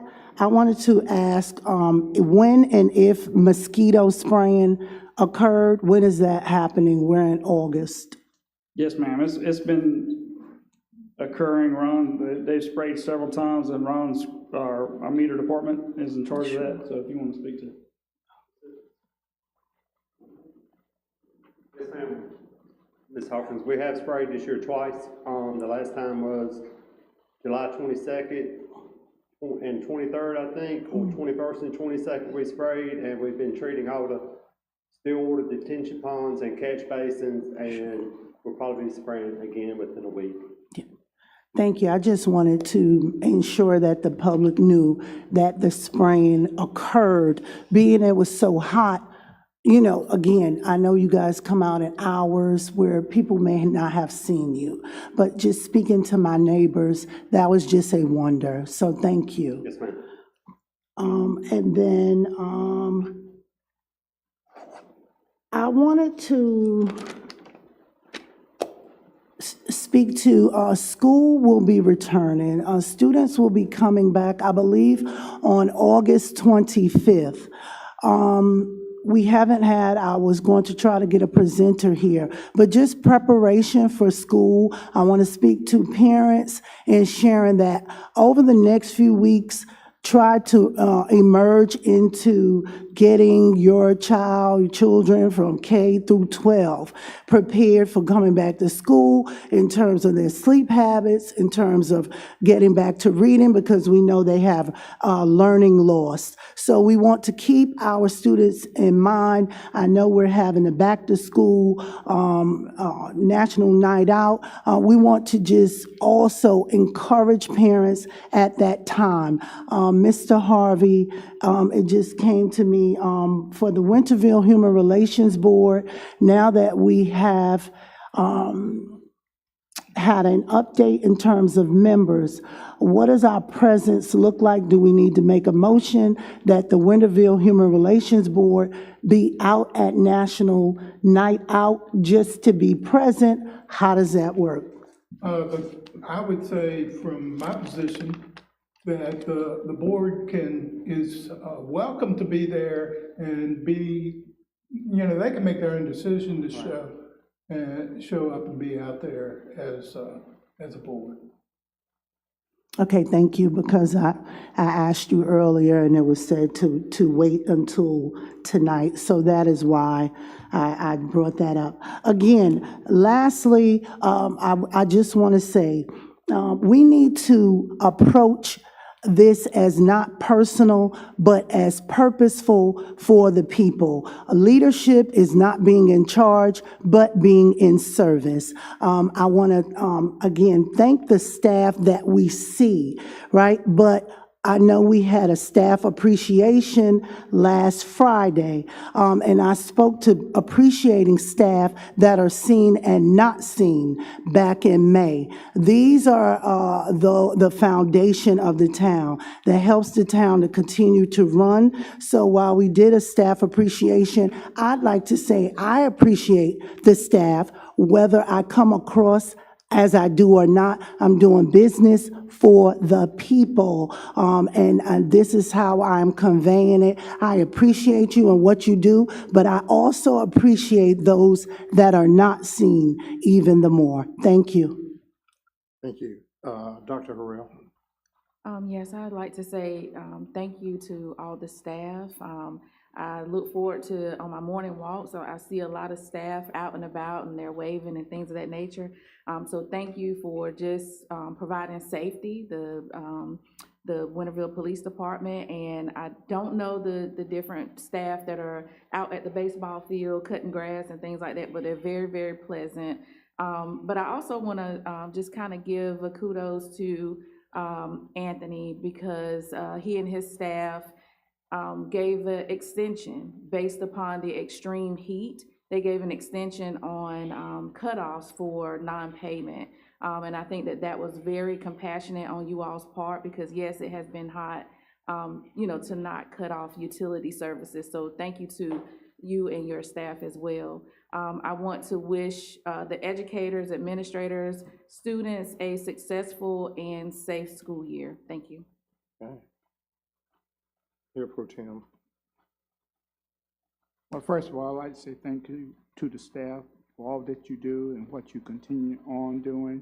I'd like to say that that dinner that we had the other day, the barbecue chicken was, I said I was going to eat just a small bit of it. Next thing I know, I was down to the bone and just wish I had went on and got me another plate, but it was delicious. I wanted you to make sure that you let the cooker know that he knew exactly how to feed a young man, a hungry man like me. Secondly, I'd like to thank the removal of the basketball court that we have on Chapman Street. That's a good start, and I just want to say thank you. And then my second thing that I'd like to ask is, if Chief Williams has come up, I got one question that I'd like to ask right quick. While you're walking, my question is, what step is taken if a person or a citizen have any report or concern on how to handle a scam situation? So it's difficult, right? So you have people that are my age, they have people that are much older, and then you have people that are, Officer Harold's age back there, and their education levels as far as the internet and stuff like that go are wildly different. So when somebody that's probably my age or older comes to us, we have a fraud packet they fill out. We can protect their social security number and NCIC with a verifiable claim, which basically turns out an alert if somebody tries to use their, basically the same way that if we put a person in there that we were looking for, we would get an alert if they got notified or whatever. We can do that with a person's social security number. So they fill out this whole fraud packet. We sit down with them in the interview room, counsel them. They bring us what they show as fraud. We do a report on it. If it's a banking institution, they can take that report then back to the banking institution, credit card company or whatever. And typically, those banking and credit institutions will make them whole again based on the report, the verified police report that we give them. What about if a scam artist has been identified and he let loose and he's out there and has not been contacted? Yeah, so a lot of times that falls into the category of sometimes some business people. Yeah. Sometimes it happens with the trades, carpenters, stuff like that, and I don't mean to besmudge them in any way, but that's the last one we dealt with, where they are taking money from Mary to do Peter's work, right? And then somehow that gets shortchanged and then nobody gets their work done. So those are crimes covered under North Carolina too. And we can, as long as that happened in Winterville, we can take care of that from a law enforcement standpoint. Once we report it to the law enforcement, where does it go to from you? So it goes to the investigations department, which right now is run by Sergeant Hobbs. And as soon as he gets it, he starts digging into it, and he's not somebody you want digging into your business. And then he takes care of it from there, and then they give me periodic updates based on what's going on with the case. Sometimes you just can't find them. Some of these people they're offshore, right? They're on a computer terminal thousands of miles away, and they're doing it by phone. For example, one of the last ones we had, they called an elderly gentleman. They told him that his grandson was under arrest in Arizona. He needed to send so many thousands of dollars, like $3,000 or $5,000, to them in order to get his grandson released. Well, he was an elderly gentleman. I guess maybe didn't know any better, and he did, he's just a trusting guy. So they told him what to do. They told him to go to Walmart, get gift cards, bring the gift cards back, call him back, and then read the PIN numbers and the serial numbers off the gift cards to him. And once he does that, that money is gone. There's no way to retrieve it. There's no way to even identify the person, because a lot of time they're even using spoof phone numbers, which is an app you can download and stuff. So a lot of times it's very difficult, and all we can do is offer protection to that person, like I spoke of initially. But yeah, we take all manners of fraud seriously, and we do everything we can to investigate them fully. My last question is, everything is handled here in-house, here at the one? Yes, sir. We have assets we can lean to if it needs to go a little bit further beyond that. We have partners in the SBI, we have partners in the FBI and all that stuff. If it merits that, we can reach out to those people for help in that manner. Because a lot of times, people that are running a scam on that level are not just doing it to the folks in Winterville, they're doing it to the folks in Manteo, Charlotte, and it's a statewide and nationwide problem. And a lot of times we'll get flash notifications about scams and stuff like that. Thank you so much. Yeah, absolutely, my pleasure. Councilwoman Robinson.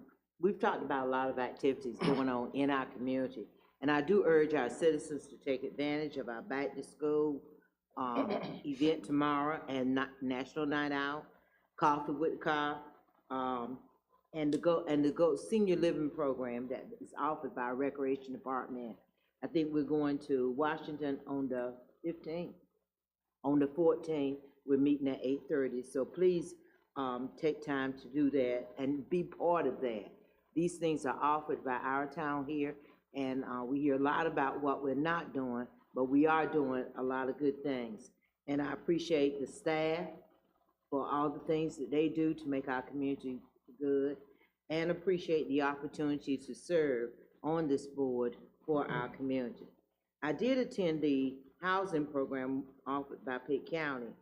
And one thing that I did note about that program, they are urgent repair also.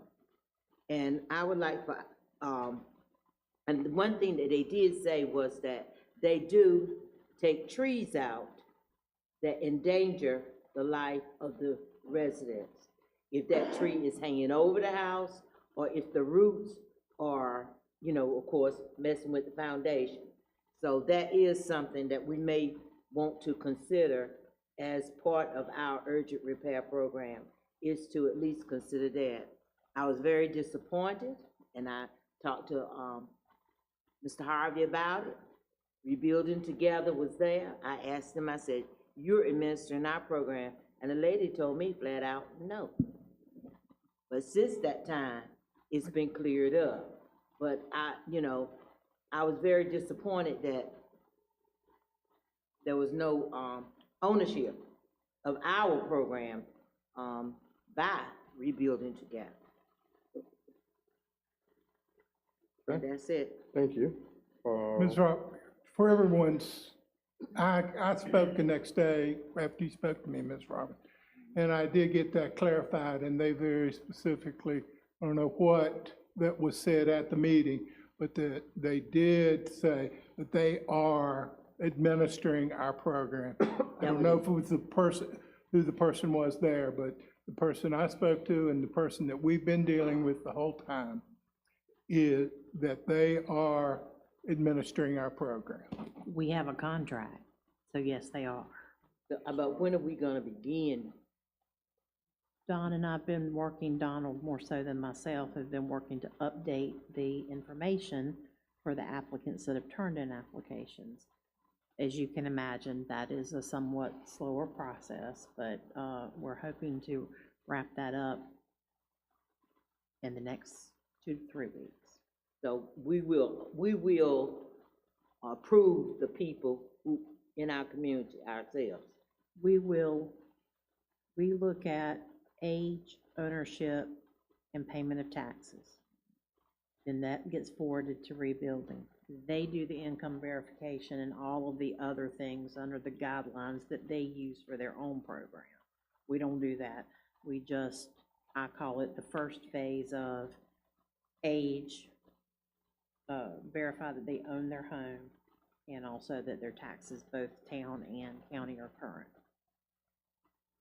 I just would like to see something being done. Yes, You know, we it understand. keeps rolling over a year, and it's not that we're doing more, but it keeps rolling year after year, and no action's been done on it. Well, I think, as we previously explained, they've had a lot of changeover. Fortunately, their executive director is someone that was there previously, so we're excited about that. We've updated our agreement, so all of the steps are in place to resume that as soon as we get these applicants updated. Thank you. Ms. Councilwoman Smith. Just want to congratulate Public Works and Utility Department for their new hires. We look forward to them being able to serve our residents. As I hear more and more people talk about how there's turnover everywhere and missing people in different organizations, I think it's proud and it speaks a lot to say that we have people wanting to come and work for us in Winterville, and we hope that continues, and we look forward to their service. Thanks, staff, as always. I think Town Manager Parker, a while back, you implemented the agenda review session. Mr. Bowers ran that, and all senior leadership was there, and it's very informative and very helpful, and I was thankful to be able to make this session. It gives a lot of background to keep things moving forward, and I appreciate all that you do to support us. Attorney Lassiter. Yeah, thank you, Mayor. If I could, I'd like to take just a quick moment to express my appreciation to the council, to you, Mayor, town staff, and the town employees that reached out to me recently over the passing of my father. Your kind words, your condolences, and your notes of sympathy mean more than you'll ever know, and I truly appreciate it. Those of you that, many of you reached out by email, and I forwarded all those to Mom and my sister. Again, we really appreciate that. We realize that as we all work together, that we're all family. This is part of my Winterville family, and again, I really appreciate that. Dad was trying to make it to 90. His birthday was last week, and so we all got together this weekend, had a big birthday celebration for him, and planted a tree in the front yard. He loved trees. So again, thank you so much for that. Also point out that we have a closed session tonight, I think, per the two statutes, one attorney-client privilege and the other to get guidance from the council on possibly the purchase of some real estate. So that's all I have. Thank you. Manager.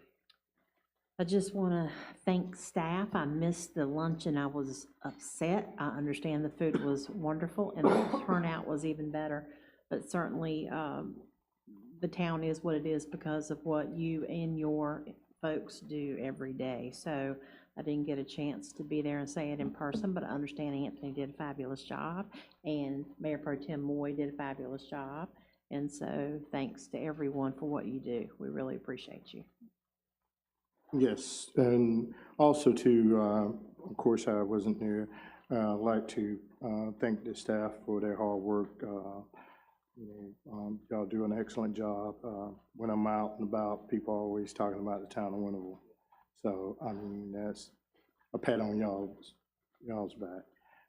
Y'all do a great job in keeping the town going like it is.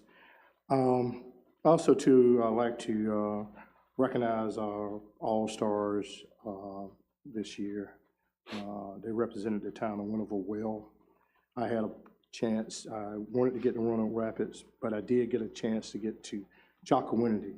And during my time in Chocowinity, I observed all the games and whatnot.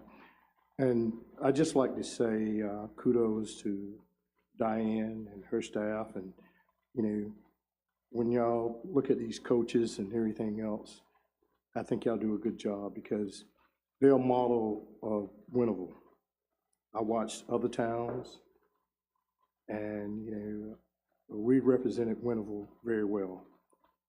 Sportsmanship is a big key. And what I saw displayed and the people with Winterville across their chest or on their back, from parents to coaches, I think the town would be very pleased because, you know, I go because I'm a fan of the game, but also I go to make sure that we putting people out there to represent us. And that means a lot. You know, whether we win or lose is how you represent the town. You know, you ain't got to be the biggest voice, but you do the right thing. With that being said, can I get a motion to go into closed session? So moved. Second. All right, have a motion made by Councilwoman Smith, second by Councilman Moy, that we go in closed session. All in favor, vote by saying aye. Aye. All opposed, we're gonna move to closed session.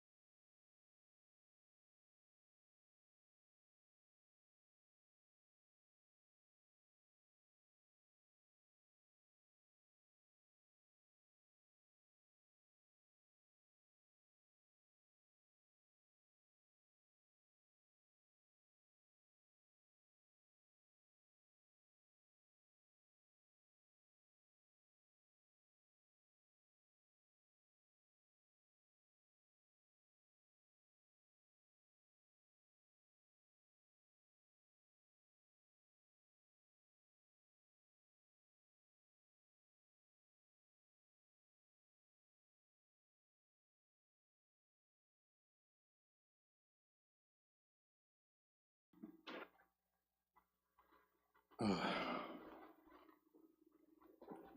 I was saying.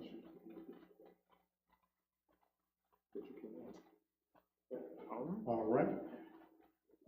Yes, I'd like to make a motion that we go back into open session. Second. Okay, I have a motion made by Mayor Pro Tem Moy, second by Councilwoman Robinson to reconvene back into open session. All right, and we're back in open session. And Attorney King, do you have any order how you want us to go, or? No, sir. I mean, none that's necessary. You don't have to need to do one before the other. We just need a vote on Farmstead, and I guess a similar vote on, or a vote also on the little Okay. property. Well, I need a motion on Farmstead. So, I'd like to make a motion that we deny Farmstead request to connect to Greenman Utility, Greenman GUC. okay, have a motion. Do I have a second?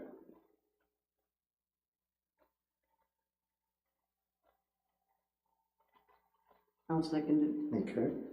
We have a motion by Councilman Moy, second by Councilwoman Smith to deny services to Farmstead, correct? Their request. Yeah, you have to request to GUC. Okay, that's correct? All right. Any discussion? All right, all in favor of the motion, vote by raising your right hand. All opposed? Motion fails 3-2. All right. Then I guess, do we have any other motion regarding Farmstead? All right, do we have any other motions regarding Farmstead?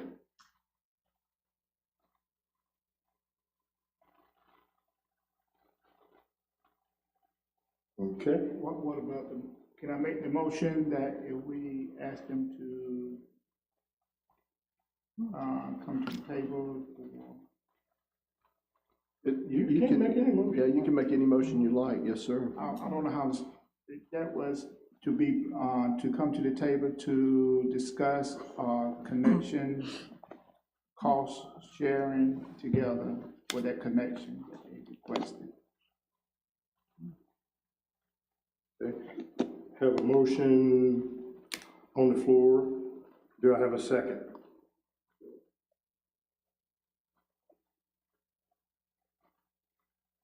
And I have a motion on the floor. Do I have a second? Due to a lack of a second, the motion fails. Okay? All right. I have a question. So if we deny them hooking up to GUC, then does it just go back to the original vote that we had? If we end where we are right now, we're exactly, I think, where we were before, which is, they're not. Yeah, they're on our side of the line, and we're not agreeing GUC to serve them. I think I'm not trying to put words in anybody's mouth, but I think we've covered two items. The other motion to me that makes sense from our discussions would be that the motion to allow Farmstead to connect to GUC. I'd like to make a motion that we allow Farmstead to connect to GUC. Okay. All right, have a motion on the floor to allow Farmstead to connect to GUC. Do I? I'll second. Okay. I have a motion and a second for Farmstead to connect to GUC. Is there any discussion? Right? Keen, is it necessary to specify water and sewer? That's a great point, I'm sort of assuming we're talking about both here. I wouldn't assume anything. Yeah, I mean, Electric's not in play. that electric's not into play. This is and you're right. I mean, my discussion all along has been water and sewer, not electricity. So her motion is your motion to include to allow them to hook the GUC for water and sewer. Is that what they are asking to do? Yes, ma'am. Yes, okay, so I make a motion that we allow, or we approve, Farmstead to connect to GUC for water and sewer. Okay, all right, and are you still second that, Ms. Robinson? Okay, so that's the motion that's on the floor, that they connect for water and sewer.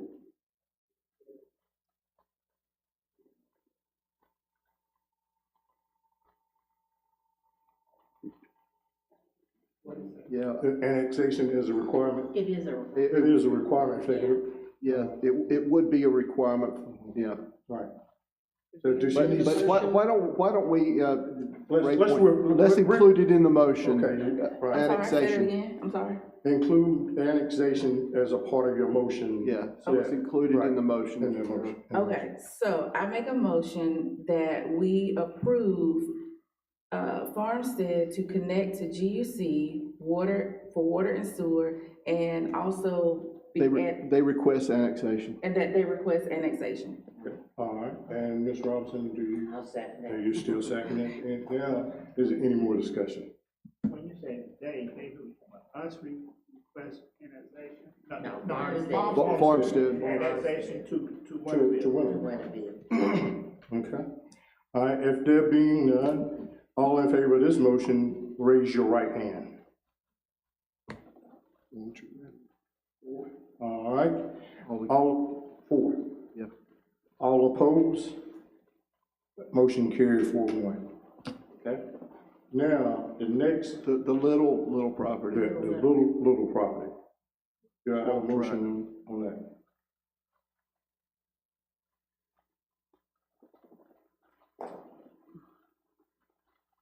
Yeah, I like to go together.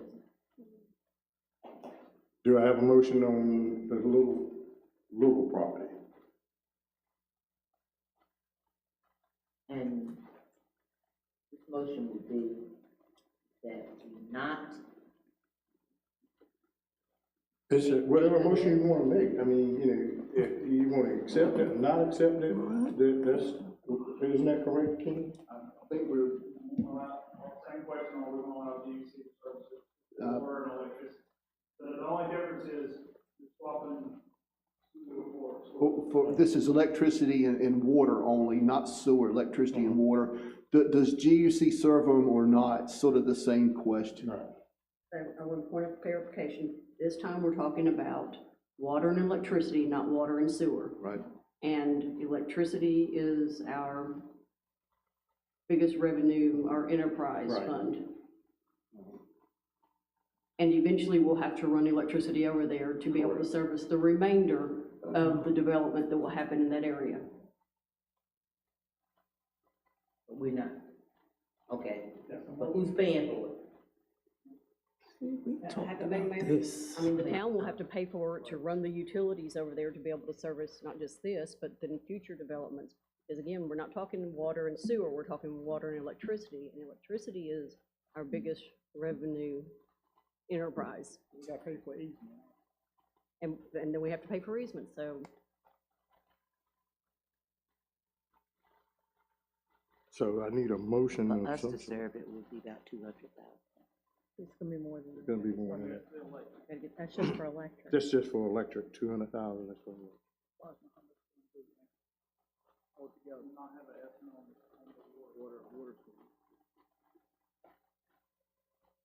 He said guesstimate about $500,000, what he guessed. But the question on the table for point is that we're voting right now to service this one property, which would mean we would have to pay all that now. Right. So I make a motion that we do not service this property at this time with water and electric. I'll second that.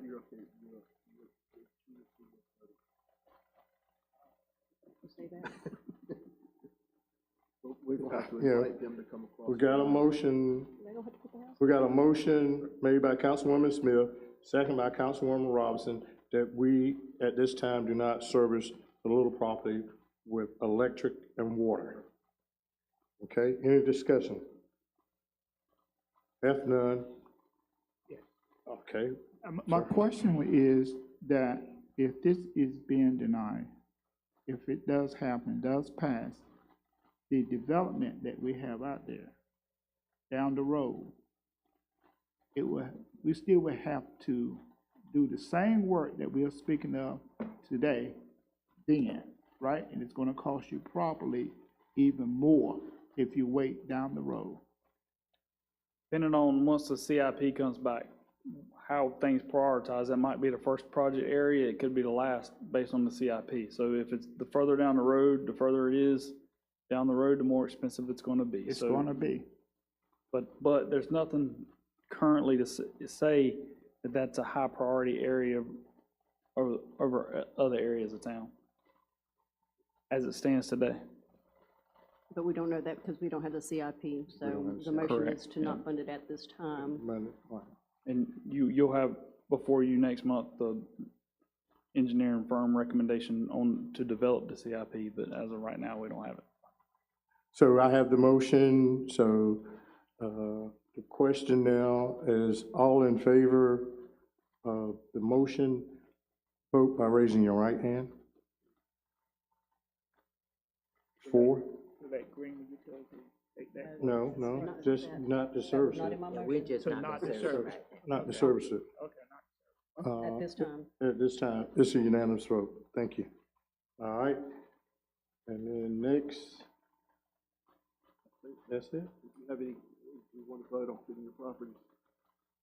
I mean, I think I have good direction on it, unless, yeah. Okay, all right. So If there's none, can I get a motion? I moved it, we adjourn. So moved. All right, have a motion by Councilwoman Robinson, second by Councilwoman Dr. Brandon Harrell. All in favor, say aye. Aye. All opposed? Sorry, I don't Thank- vote. but- Thank you. Thank you all. Have a Thanks, good night. everybody.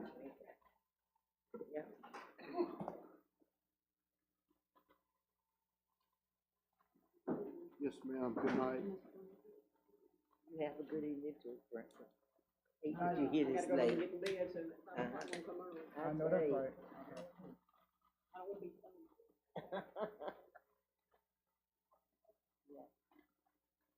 Officer.